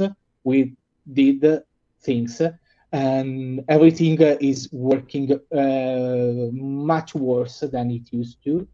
Yeah, but it's something that it's not on the table here. Even if you are, if you are a neolib as much as you want. So it's totally different because we actually, we feel that kind of contrast, so that kind of synergy between capitalism and socialism, but it was a huge conflict. And you must add that in Italy, we have the church, the Catholic Church too. Yeah. So the conflict was much weirder because we had the Catholic Church was very close to the US against the commies. So that's how we kind of survive till the fall of the Berlin Wall with this internal conflict between those forces. But it was even violent. We had terrorism in Italy because of this. Do you have the same? It's one of the things that's been happening over here because of the way that, like, say, like Facebook algorithms work and things, is that we become very politically stratified, but also very conspiracy oriented culture, which has made it so you can be if you can be talking to some like another American, and it can be like you're talking to someone who's in a completely different lived reality than you, even though you're in the same like city or state or something like that. And it kind of can make it's kind of made politics almost impossible because there can be no compromise at all because it's the everyone's gone to the most extreme areas on everything, and it's all wrapped around crazy conspiracy theories and stuff that keep people um have made people more violently political than maybe they had been, say, 10 years ago. I didn't know if that's a phenomenon that's occurred in Italy as well, or if it's more of an English language, because I've seen it happening in the UK, but I'm not aware of necessarily on the ground what it's like in Italy in terms of that stuff. So in Italy, we are kind of good at importing the most terrible stuff the Anglo world invents. So yes, of course, we import it. We even imported the QAnon Oh here. wow! So yeah, we imported everything. Above all, during the Oh my God, he has the Italian first secrets phase. too. The first phase of the pandemics was, the all the confinement, all that phases, all the stage of the pandemics was actually a good ground for conspiracy theories. I'm not a fan of the expression conspiracy theory because I think we should somehow give people, they a lot of times people actually are expressing beliefs that are somehow not so far from the truth. I Yeah. don't want to, so I kind of want to be receptive of the needs, the doubts they are trying to express, even when people say that earth is flat. I like to see it as trying to express the fact that yes, maps, cartography are manipulated, are expression of powers of capitalism, powers of capitalism needs. So I'd like to somehow see the good, the truth inside this kind of legends that are called conspiracy theories. At the same time, yes, we kind of imported everything. Above all, as in the Anglo world, in Italy, we kinda a group of so-called conspiracy theories that comes from the neo-Nazi, anti-Semitic far right, kinda became part of the mainstream discussion. Yeah, So same here. yeah. So you can buy the most read newspaper in Italy, and you can find an article about the blackwashing of Netflix characters. So you can buy another well-read newspaper. You can find an article about the cancel culture, or we use cancel culture in English. We don't even try to translate it. Then you can find the politically correct. We don't translate it. We mostly keep it in English. Then we have political parties that are kind of fond of the great replacement theory. If I must be sincere, we probably imported that from France, not from the the Anglophone world, but the Great Replacement is kind of big in Italy. For example, the governor, we say governor because we imported the expression from the US, but it's the president of a region of a zone. Italy is divided into regioni. It's our political unit in Italy, and they have a president, and the president of Lombardia, who is where Milan is during the electoral campaign there, talked about the fact that we have to protect the white race. That's how we are here. So, and then he just said, "Okay, sorry, I was misinterpreted. I didn't want to mean that." I mean, he actually talked about defending the white race. I don't think you can, it's a mistalk, something like that. There's not much room for a misinterpretation there. It's kind of yeah. You can only get away with that if you're a Fox News TV host. No, but it worked because he was elected and it was elected again. So it perfectly worked. So Great Replacement is a very important conspiracy theory. Then we have, of course, a movement against vaccines and so on. And the main political party nowadays that probably you heard about it. Now we have a post-fascist. They're called post-fascist political parties. It's a party that is actually it comes from another party that comes from another party, and that party comes from fascist officials. I mean, they were actual officials during fascism. After the Second World War, they created a political party because we actually allowed it. I mean, we didn't have that kind of trials. That we tried to go on with our lives. That's basically how we tried to behave after Second World War. Okay, it was horrible. Sorry for everything. Now we are friends again. And so fascist officials could create a political party, and the political party now has evolved into this new political party, Brothers of Italy, and they are our main political party nowadays. They are the party of our Presidente del Consiglio, of our president, or of our prime minister. I could say it's not actually prime minister, but that's almost the same meaning. And they're kind of close to movements against vaccines.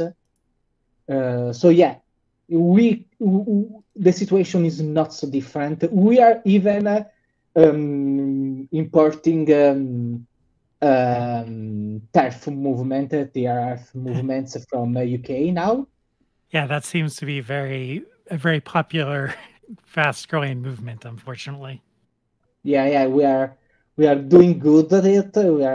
We have of course we have a radical feminist movement. Of course, that's trans.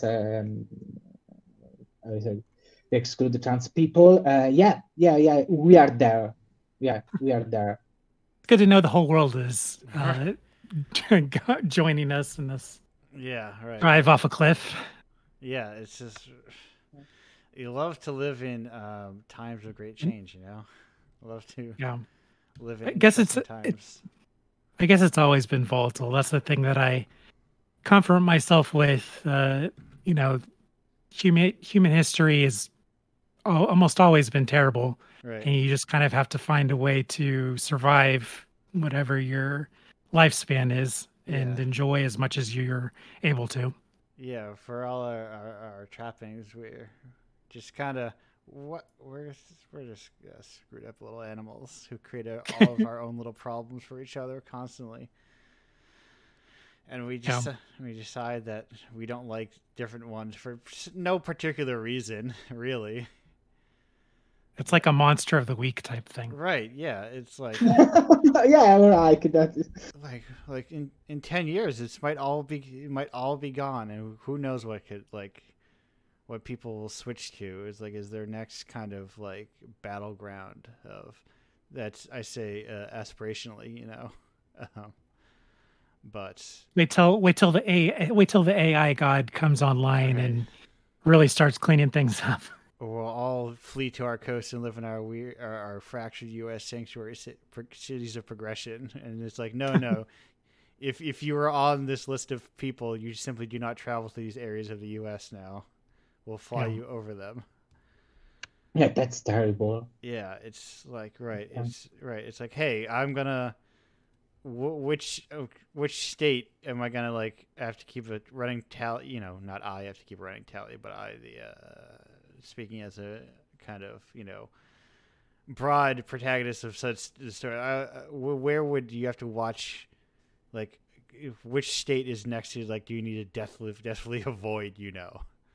My state. Yeah, right, every right. day, every day I wake up and check online to see if they've passed a new law, like outline my existence in some way. Exactly, and you did, 2 years ago you were just living your life, and now all of a sudden Yeah.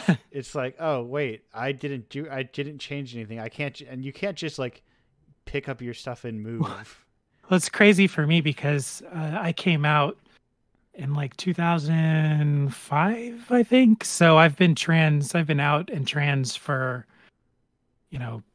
Right. over almost 2 decades. And so I've seen a lot of shifts. And on the one hand, there's more people who are uh, tolerant than there used to be Yeah. and nicer about it. But there's also more people who are much more fixated on it, and it's much more of like they make their personality like hating people like me, which is Right. very very strange. But the Yes. thing is, like, a lot of it's online because Yeah. obviously I've lived in very conservative areas for a lot of my lifetime, and I've worked jobs with people who voted for Trump or like would identify themselves as Republican. But when it gets to be somebody who you're dealing with every day, and you start talking and you have commonalities, you like, oh, we both like to talk about sports or the latest movie or comic books or video games, and then suddenly everyone's like, oh, you're just a human like me, and Yeah. then suddenly it's not a big deal. It's just that it's so many people who aren't interacting with anyone that are becoming big influencers online, or they're millionaire, billionaire celebrities who never interact with anyone, and they just make it their life's mission to have these views. And it's just it's crazy. Yeah. It's you're watching, basically it's like I'm watching people go crazy in Right. slow motion, and then wondering like how far it's going to go. Right, because it's probably like you've experienced. It's like there's some people are probably just like, you're like, yeah, they're real shitty. They would, 10 years ago, they would have been on these message boards and like really like been making their whole identity. But then they, it's like you said, when you meet someone, it turns out people are just still people, they're not, whatever demon your Facebook feed has turned them out to be. Yeah, I mean, unless you're talking about like politicians, which are kind of a subhuman Sure. breed of people. Yeah, but like but they're only normal they're only, people. they're Normal only, people do not have necessarily ideologies. They have ideas about different things, and Yeah. then they've been herded into like party affiliation. But if you can actually talk to people, you and the average person next to you have more in common than you don't have in common. Right. And it's just Yeah. kind of a shame that people would rather create a society built upon the things that we don't have in common rather than enjoy the things that we do have in common and just make more of the things that we like. Yeah, it's like video games. Right. Yes. This is all. It was all about video games all along. Oh, it's the great unifier. It's also secretly why I don't usually advertise any of like the. Besides the fact that it feels weird to advertise using people as identities, I've never liked that very much. It always makes me. Well, I mean, even as a trans person, for me, being trans is something that society has forced me to reconcile with. But for me personally, it has very little to do with my day-to-day life. My life's pretty boring. My life's pretty boring. It's very like you would expect any other person who's an artist and into, anime, video games, 70s cinema. You don't wake up transly, wrap yourself in the trans flag, go down, eat your trans cake that you slice open every morning. It's like, you're right. It's just like, and if it is that also I feel sometimes pushes people to be like, well, I have to, whatever my orientation or gender, I have to present it because it gets me. That's what will make people care about me. Well, it's difficult. It's difficult as an artist, especially because because for me, all of my stories are about a trans experience, right? But they're not necessarily, if you're not trans, you wouldn't necessarily glean that from them, because I'm not doing anything overt, and it's not the only thing that I'm interested in talking about.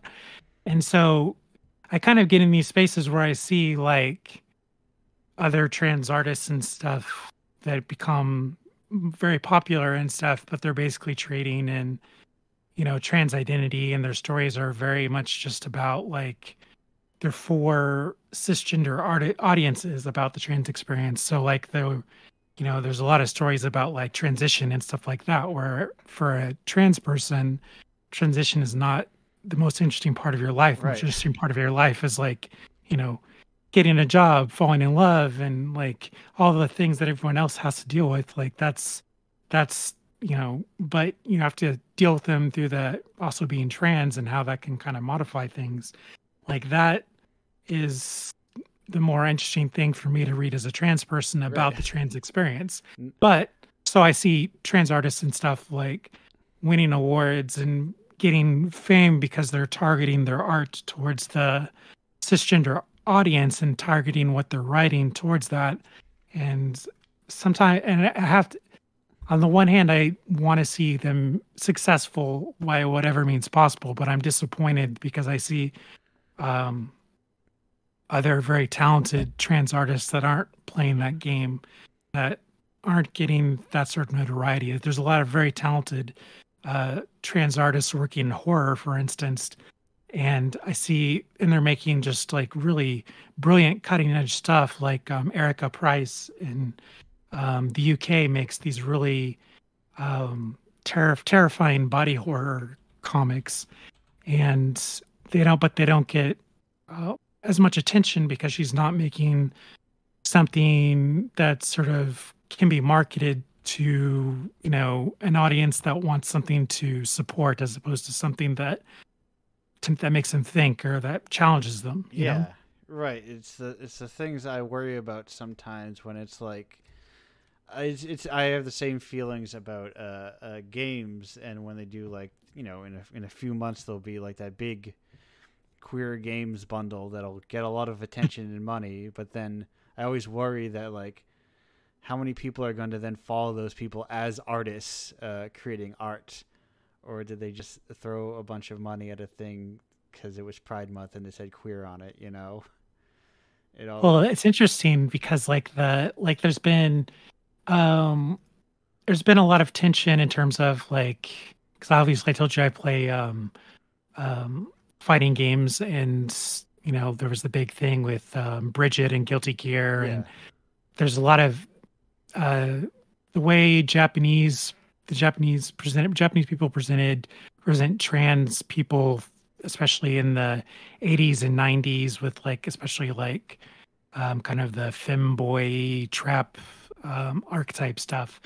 That was the stuff that I kind of grew up with, and I personally I recognized where they were problematic, but I thought that they were much stronger representations than, say, Buffalo Bill and Sounds of the Lambs. Sure, right. And and so for me, like these imperfect, I actually kind of feel a kind of attachment and a kind of ownership over these things that are not perfect and that they are kind of weird. And so to see those kind of rough edges sanded off so sort of a more normal audience can get behind it and say, we can like this because it's doing something correctly, as opposed to like, I like stuff. I don't mind if stuff isn't 100% correct if it's, you know, if it can make me feel something, and if it, and I don't, and I value more, um, I value more trash than I do, something that you can put and promote in a special month or something like that. Yes, no, I'm a huge fan of messy trash and like imperfect art that feels like something. Because trash is honest. Like it's trash cinema, trash video games, trash comics. Like it usually comes from actual marginalized people, right? And the vision is imperfect because they don't have institutional backing, but they're able to create spaces and moments that you can't find in anywhere else. So even though the whole is flawed, and even though maybe it's not a pristine Hollywood perfect thing, it has a moment or two in it that you can't find anywhere else, and it's unique in that way. And that's what I value. I value those moments as opposed to sanded off perfect thing. Yeah. That's my problem with, for example, Tell Me Why, that kind of representation. It looks like they're just following a checklist. Everything must be correct. Everything must be everything must be somehow sanitized. We don't accept the messiness at this point. We don't accept the mess. We don't accept the people to be messy. And we are actually losing something this way. And of course, we are losing all the most sincere presentation we could have. Yeah, because usually the messiness is not coming from, like Sarah said, it's not coming from a corporate boardroom, Yeah, of course. Because I mean, the fact that of course I'm happy to see, for example, more queer people having jobs in the creative industry. Yeah. And being able to be be out as queer people in the creative industry and so on. Of course, that's good because I mean they're earning more money, so it's good. That's my point of view. I'm really interested in who's actually earning money, who's actually working behind the scene and so on. But at the same point, we are really not accepting any of that messiness, and we can really see, for example, in all the if you remember all the controversy about the helicopter story. And that story, it has been translated into Italian too. It's very recently we had an official Italian localization of the story, of that novella. And it was interesting because it was a very trans story, I must say, but it was messy. It was not what you usually read about the trans experience. It was not what you usually read about the gender performance, how you express your gender, what gender identity means. There were a lot of ideas, of interesting ideas that people somehow are scared to say aloud, and it was kind of interesting to read it. I'm happy we had an Italian translation, official Italian translation of that story. But I mean, even the queer community didn't accept that kind of content, of that kind of representation of the trans experience, and it was kind of sincere, and maybe yeah, it was it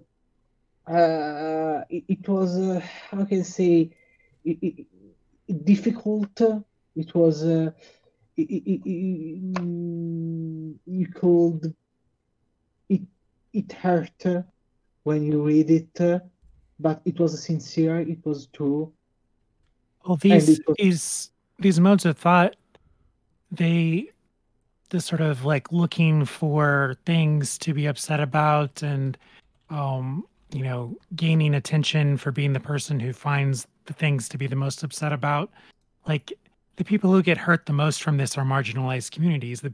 Because the only people who, because in this instance, is a trans author, and their life was very harmed by the backlash to it, and it was it was a queer community ending up attacking what was ended up being a trans author, and um the only people who really pay for these modes of discourse are people who are small enough, which means marginalized people, black, gay, women, trans, queer, like these are the people who can actually be hurt by a quote unquote cancel culture. It's not, the wealthy, you can't cancel Harry Potter as much as people want to try. Like those people are in power and they're already too big for that. So these moves of thought only serve to end up hurting our ability to, as marginalized communities, to create interesting and provocative content for ourselves. And so I mean, you're a critic as well. It's one of the things I think about as a critic. I think there needs to be a movement away from making the focus how something is, say, problematic, and instead instead you can admit that something has these problems, but you need to be able to not make that the entirety of the discourse, the entirety of the impression. Like if you can say, like, take it like H.P. Lovecraft, for example. You can say that he was a racist and the work that he made was racist, but you can also say that it has these qualities which are very influential on horror and culture, and there's some very interesting ideas going on here. So you don't have to ignore one to talk about the other, and you don't need to erase that one exists in order to validate the other. We need to find a way for those two thoughts to sort of coexist without canceling each other out, because otherwise we're not going to be able to create a culture, and we're also not going to be able to maintain any sort of community, because we're just going to be constantly looking for ways that the most prominent people in the community have fallen astray, and the ways to like bring them down a peg, as opposed to ways to build up everybody and actually have meaningful movements that actually make art and the world itself a better place. Yeah, you're right. Because very few things that I think people are, find when you say when you're looking for things that are incorrect. There's probably very little malice behind those works, and there's probably people who 99% agree with you, but in these kind of these imperfect ways that are good for. And I mean, that they I'd can, say, sorry. I'd say even if there is malice, yeah. But terrible people can make really beautiful art. Yes, that's a whole other. People need to wrap their mind around that and stop thinking that because somebody is a talented artist that you should worship them as a hero, because these things rarely have anything to do with one another. I remember I really liked the what's it called? Oh no, I forgot his name. That old kind of outsider artist who did the guy with the super Fantagraphics put it out. You'll have to narrow it down. I know. A lot of he was like like kind of like an outsider artist, sort of doing comics. He made people who were weird and super buff, and Stardust the Super Wizard, I think. Anyway, I'm not sure. Give me a second. Are you thinking of You're not thinking of like R. Crumb, right? No. I'm thinking of Fletcher Hanks. Oh yeah. Yeah. So, but like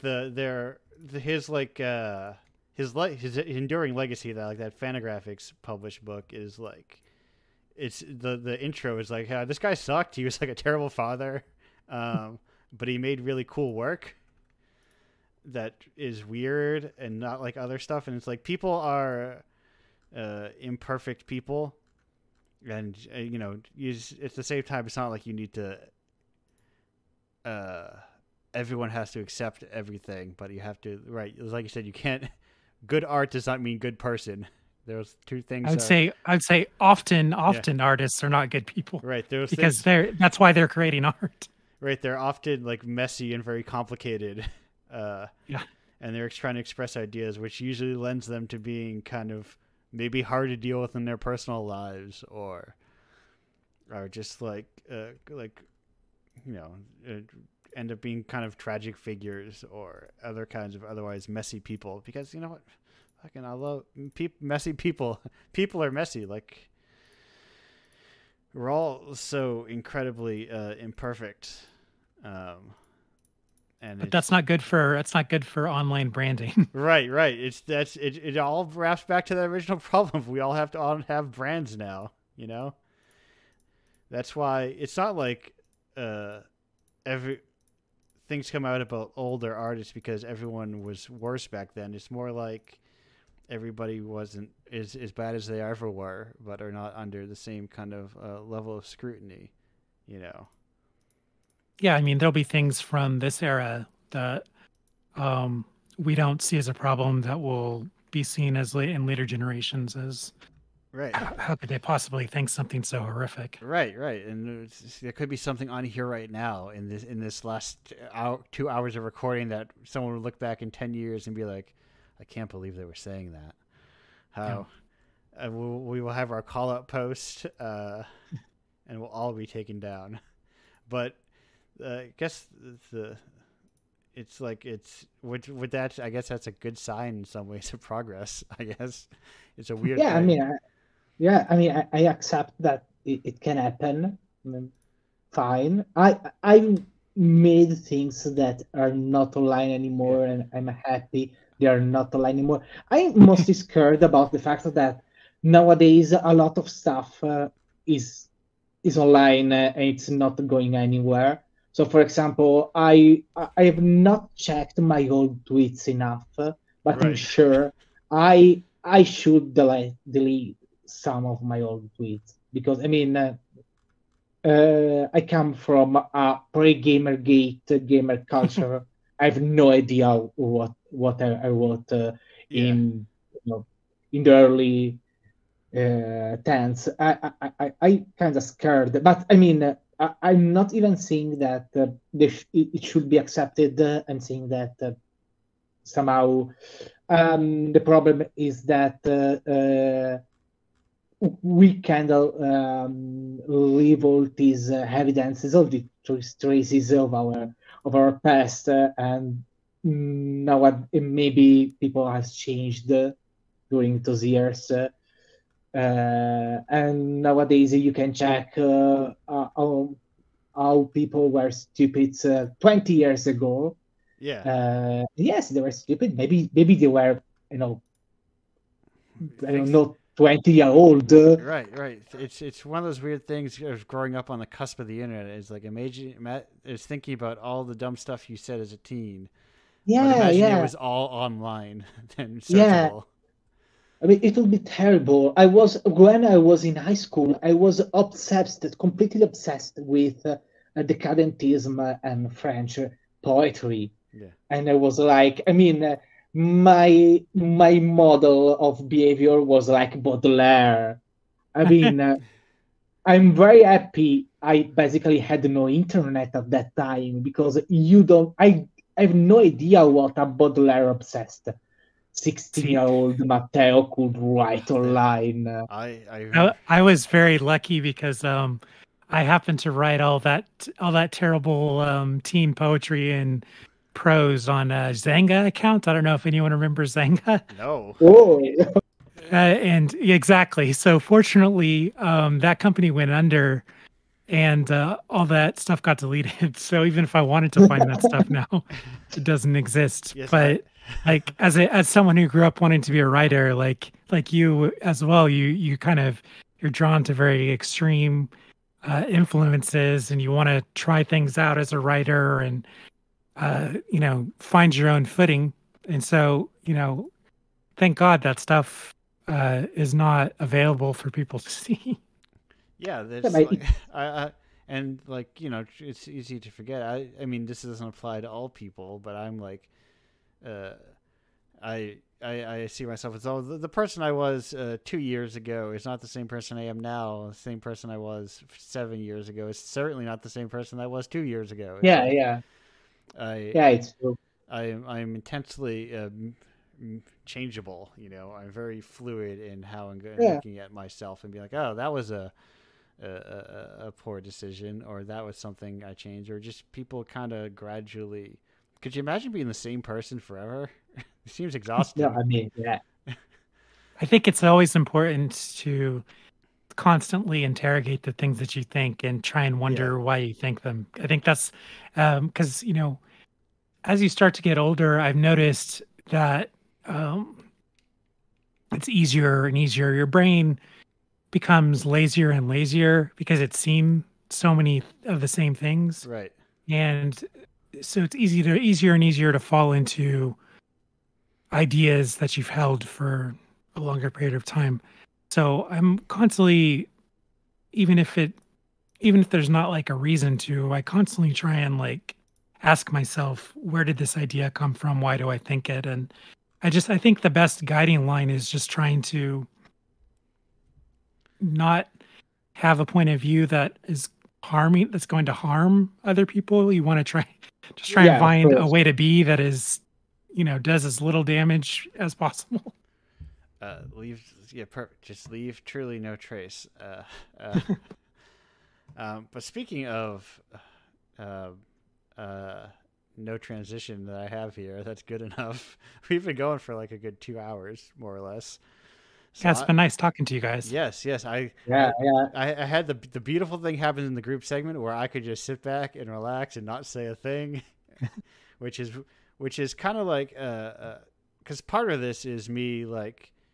This show is the ideal version of the show is like a post-con hangout. Everyone's packed up for the day and they're just kind of like hanging out. And this is what this show is, except it puts people who are like in the middle of the U.S. and Italy together, who are not usually going to meet up at a convention or anything. And allows... Yeah, Italy is one of the places that I have some friends, artist friends or acquaintances and stuff that I know there, but I don't have a lot of discussions with them, so it's interesting to actually get to kind of hear about what's going on there, because I've been kind of tangentially aware of some of the highlights of the political things that have been happening, but Yeah. other than that, my Italian culture is like 70s 80s Italian comics Right. and And, I mean, cinema. perfect. and it turns We out, have a it turns out Giallo is not all of what Italy is. The Guido Creepax and Milo Manara Oh, and yeah. Oh, my God. I have. that crew, Zanardi, people like that. Yeah. we have a big comics convention here. Come here. What's it? I think I probably know it. I'm just, my Yeah, brain look isn't working. at Luca Comics and Games. Yeah. I've heard of that. I know It's some people who have been.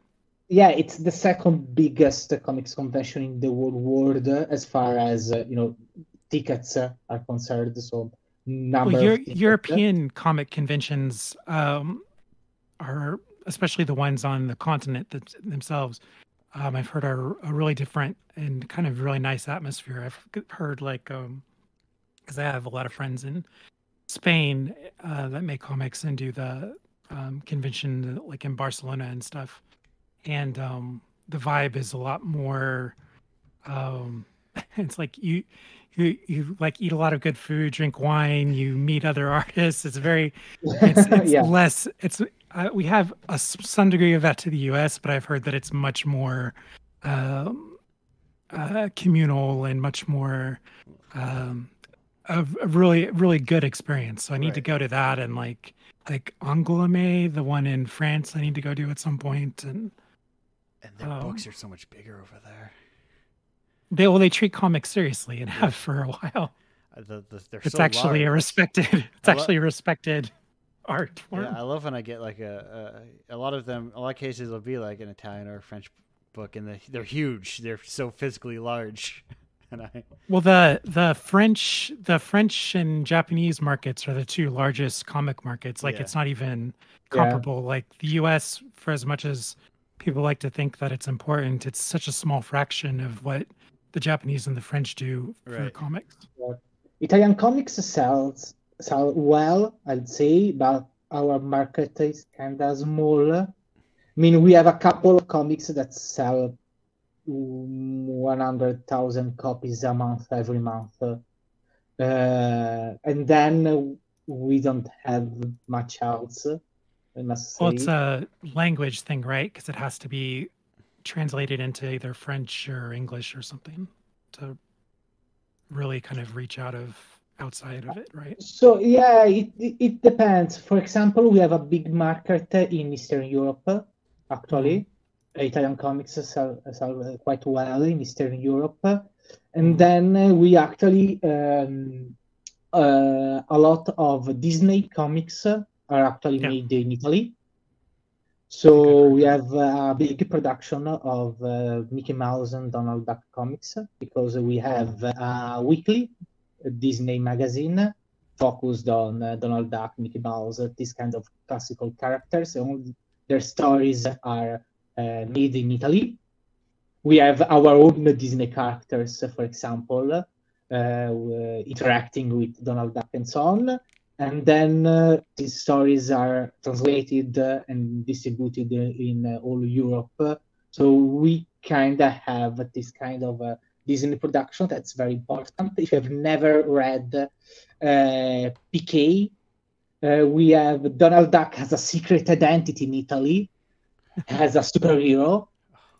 Is called Paperinik because we have a classical Italian comics that's called Diabolique.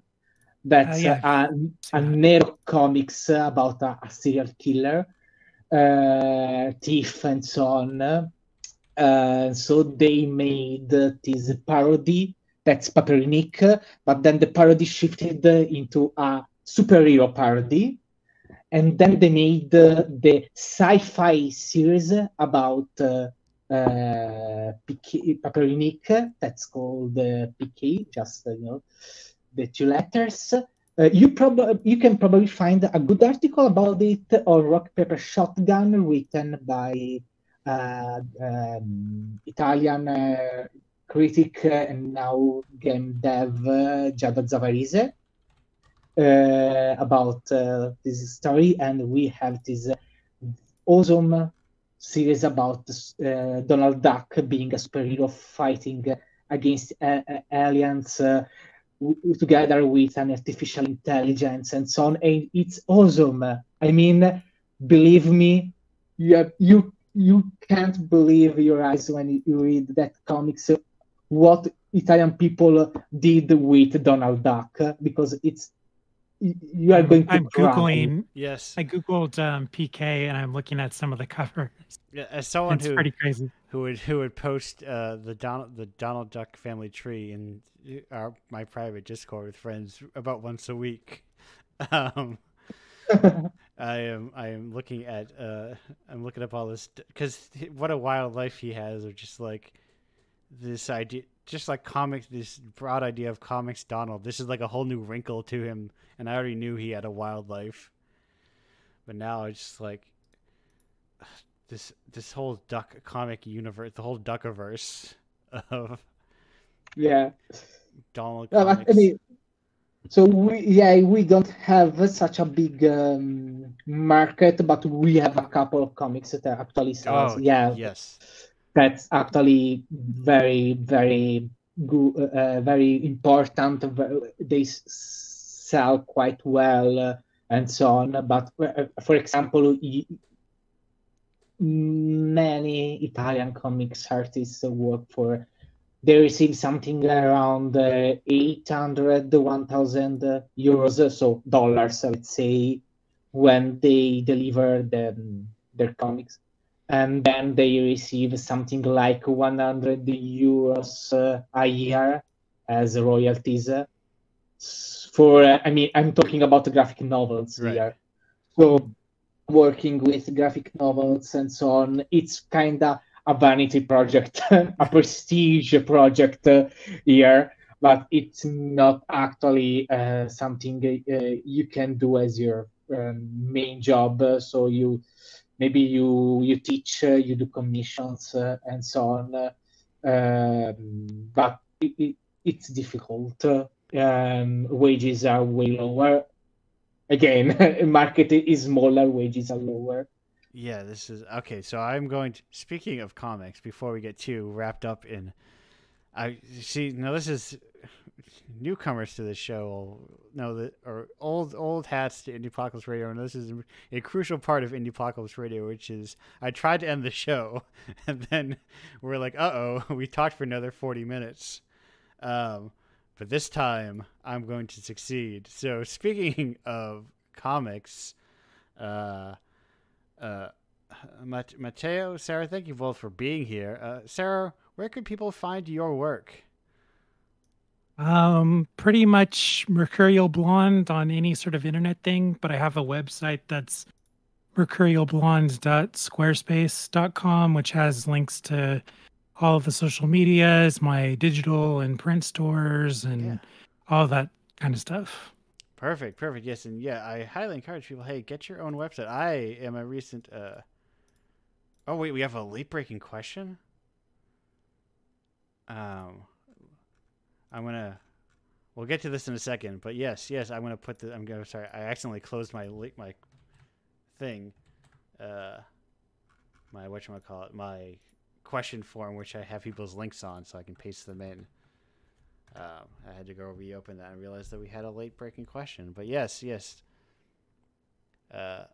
I similarly, I just you have the one. I had just bought Black Paper Cat Girls the other week or so.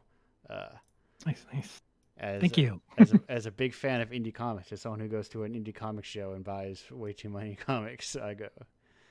And then I also realized, just in my kind of like absent-minded Googling, that there was like, I'm like, why? I was like, there's something ultra familiar about your name, but I couldn't remember, and that was because you had a podcast like 6 years ago or something that I think I listened to.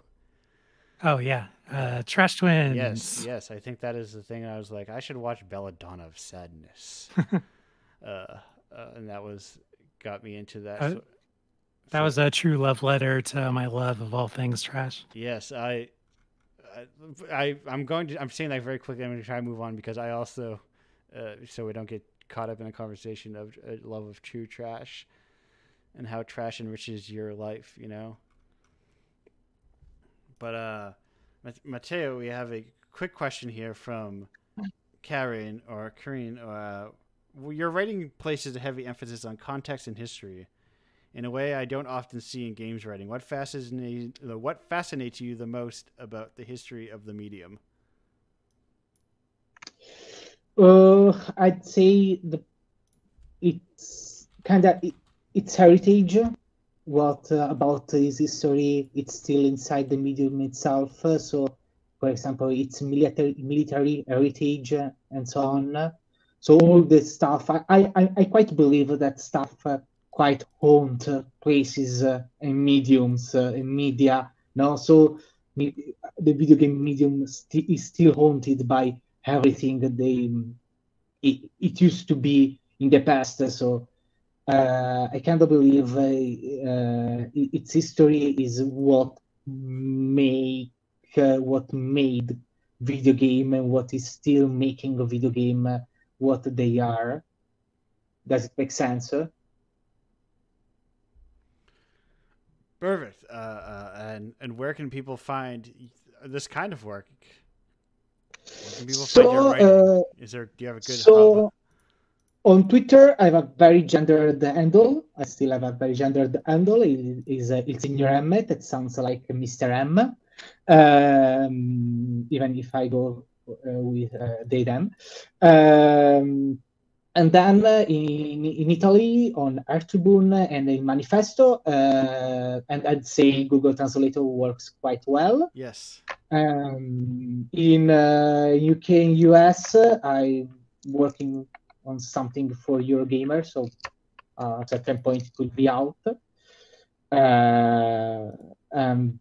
There's still a lot of stuff of mine on Fanbyte. I'm still quite proud of it. And there's a good article, a very funny article about a video game on Jesus Christ on the English edition of Vice. And I recommend it because if you wanted to read something about a Jesus Christ simulator, you can go there. I saw that article when I was looking at your stuff. Yeah, it's me. Oh yeah, and sorry, and I'm very proud of the article I wrote for Deep Hell. That's a website, an outlet, indie outlet I really love. It's against the wholesomeness. Yes. It's an article against the wholesomeness. I'm very proud of it because it's the most political article I was, allowed to write in English. I'm very happy. Yeah, Deep Hell is good friends of Indiepocalypse. I'm a big fan of Deep Hell and this general kind of,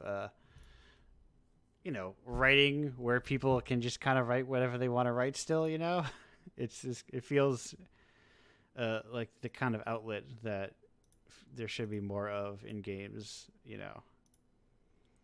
Yeah, I agree.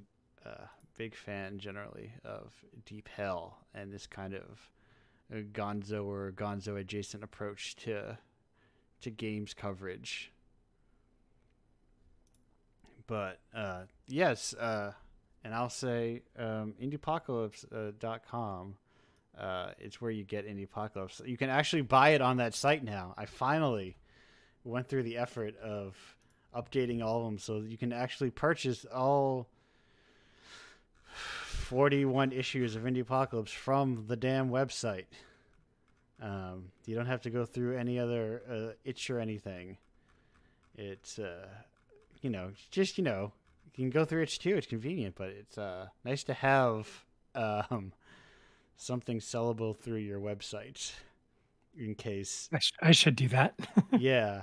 There's enough like different services that you just kind of find. You just kind of Google all of them and go, I don't care. And you just pick one of them. It's all payment processors all the way down. You just find the one that plugs Every time I have to wait on a itch payout, I think I should be looking at other options. Yes, I might have told the cover artist just a couple days ago where I was like, I will get you that first. Can you wait for the half up front for a couple of days? I have an itch payout that's 13 days pending.